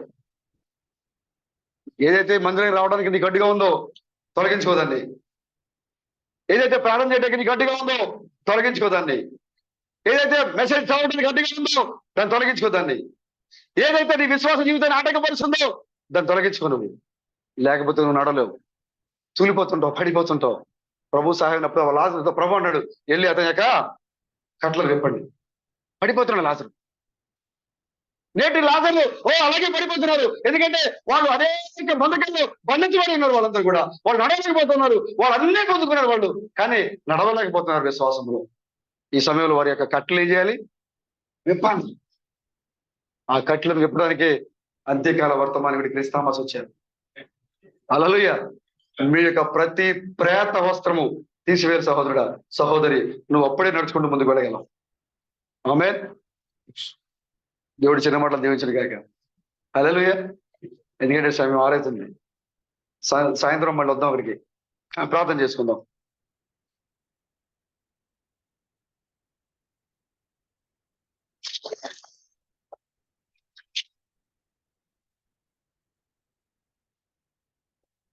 స్తోత్రం, స్తోత్రం, స్తోత్రం, స్తోత్రం, స్తోత్రం, స్తోత్రం, స్తోత్రం, స్తోత్రం, స్తోత్రం, స్తోత్రం, స్తోత్రం, స్తోత్రం, స్తోత్రం, స్తోత్రం, స్తోత్రం, స్తోత్రం, స్తోత్రం, స్తోత్రం. మహాపరిశుద్ధమైన మా ప్రభువా, సర్వశక్తిమంతుడా, మీ ఘనమైన వందనాలు, స్తోత్రములు. ఈ సమయంలో ప్రభు మరి కొన్ని మాటలు మీ యొక్క పరిశుద్ధ గ్రంథం నుంచి నేర్చుకోవడానికి మాకు ఎంతగానో కృపనిచ్చారు. ఓ ప్రభు, మరి ఈ లోక సహాయం కంటే మేము పొందుకున్న సహాయం ఎంతో ఉంది, గొప్పది. ఈ లోకం పొందే సహాయం కంటే మేము పొందుకుంటున్న సహాయం ఎంతో గొప్పది. ఈ లోకము దగ్గర భూ సంబంధమైన బాహు ఉంది, కానీ మా దగ్గర పరలోక సంబంధమైన బాహు ఉంది. ఓ ప్రభు, మరి గొప్ప సమయంలో మమ్మల్ని లోకం నడిపించిన దేవుడు మీకే వందనాలు. ఓ ప్రభు, మరి లాజరు జీవాన్ని పొందుకున్నాడు, కోల్పోయిన అవయవాన్ని పొందుకున్నాడు, కానీ తన యొక్క విశ్వాస జీవితంలో ముందుకు వెళ్ళాలంటే కట్టుబాట్లతో నడవలేకపోతున్నాడు. మేము కూడా అదే స్థితిలో ఉన్నాం మా ప్రభు. వర్తమానాన్ని పొందుకున్నాము, ఓ ఉద్యోగాన్ని పొందుకున్నాము, మరణం లేని జీవితాన్ని పొందుకున్నాము, ఓ కోల్పోయిన అవయవాన్ని పొందుకుంటున్నాము. ఓ కానీ ఈ యొక్క విశ్వాసంలో ప్రభు ఈ మార్గంలో నడవడానికి మాకు అనేక ఆటంకాలు, అనేక కట్టుబాట్లు మాకు అడ్డొస్తూ ఉన్నాయి. వాటిని తొలగించండి మా ప్రభు. వాటిని తొలగించుకొని బయటకు రావడానికి సహాయం దయచండి మా ప్రభు. సంఘాన్ని ఇంకా బలపరచండి. ఓ గత మరి 3 దినాలుగా మమ్మల్ని నడిపించారు, అందుని బట్టి మీకు వందనాలు చెల్లిస్తున్నాం. ఓ ప్రభు, మరి ఈరోజు సాయంత్రము రేపు మరి రేపు కూడా జరగబెట్టి సహోదరి ఇంటి దగ్గర జరగబోయే కుడికిలో కూడా ప్రభు మీరే ఉండి నడిపించండి. మాకు కావాల్సిన ఆత్మీయ ఆహారం నుంచి నడిపించి మహిమ ఘనత ప్రభావాన్ని పొందుకోరమని, రాజులకు రాజుగా ప్రభులకు ప్రభుగా పెళ్లి కుమారుగా మా మధ్య రాబోతున్నటువంటి మా విమోచకుడైన క్రీస్తు బ్రహ్మణం యొక్క నిత్య నామములో ఈ ప్రార్థన అడుగుతున్నాం మా ప్రభువా. ఆమేన్. Crush when you have never failed. Crush when I've never failed. Sing it. Hallelujah. Hallelujah. Crush when I've never failed. Sing it. It's coming very soon. It's coming very soon. It's coming very soon indeed. Hallelujah. Hallelujah. It's coming very soon indeed. ప్రాణమా యెహోవాను సన్నిధించుము, నా అందరికి సమస్తమైన పరిశుద్ధనామమును సన్నిధించుము. నా ప్రాణమా యెహోవాను సన్నిధించుము. ఆ విమోచకుడైన క్రీస్తు గుణం చేసిన ఉపకారములను నేను మరువకము. ఆమేన్. ఆమేన్. ఆమేన్.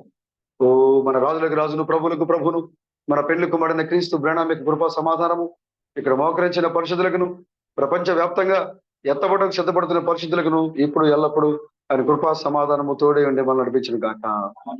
ఆమేన్. ఆమేన్. ఆమేన్. Glory to God.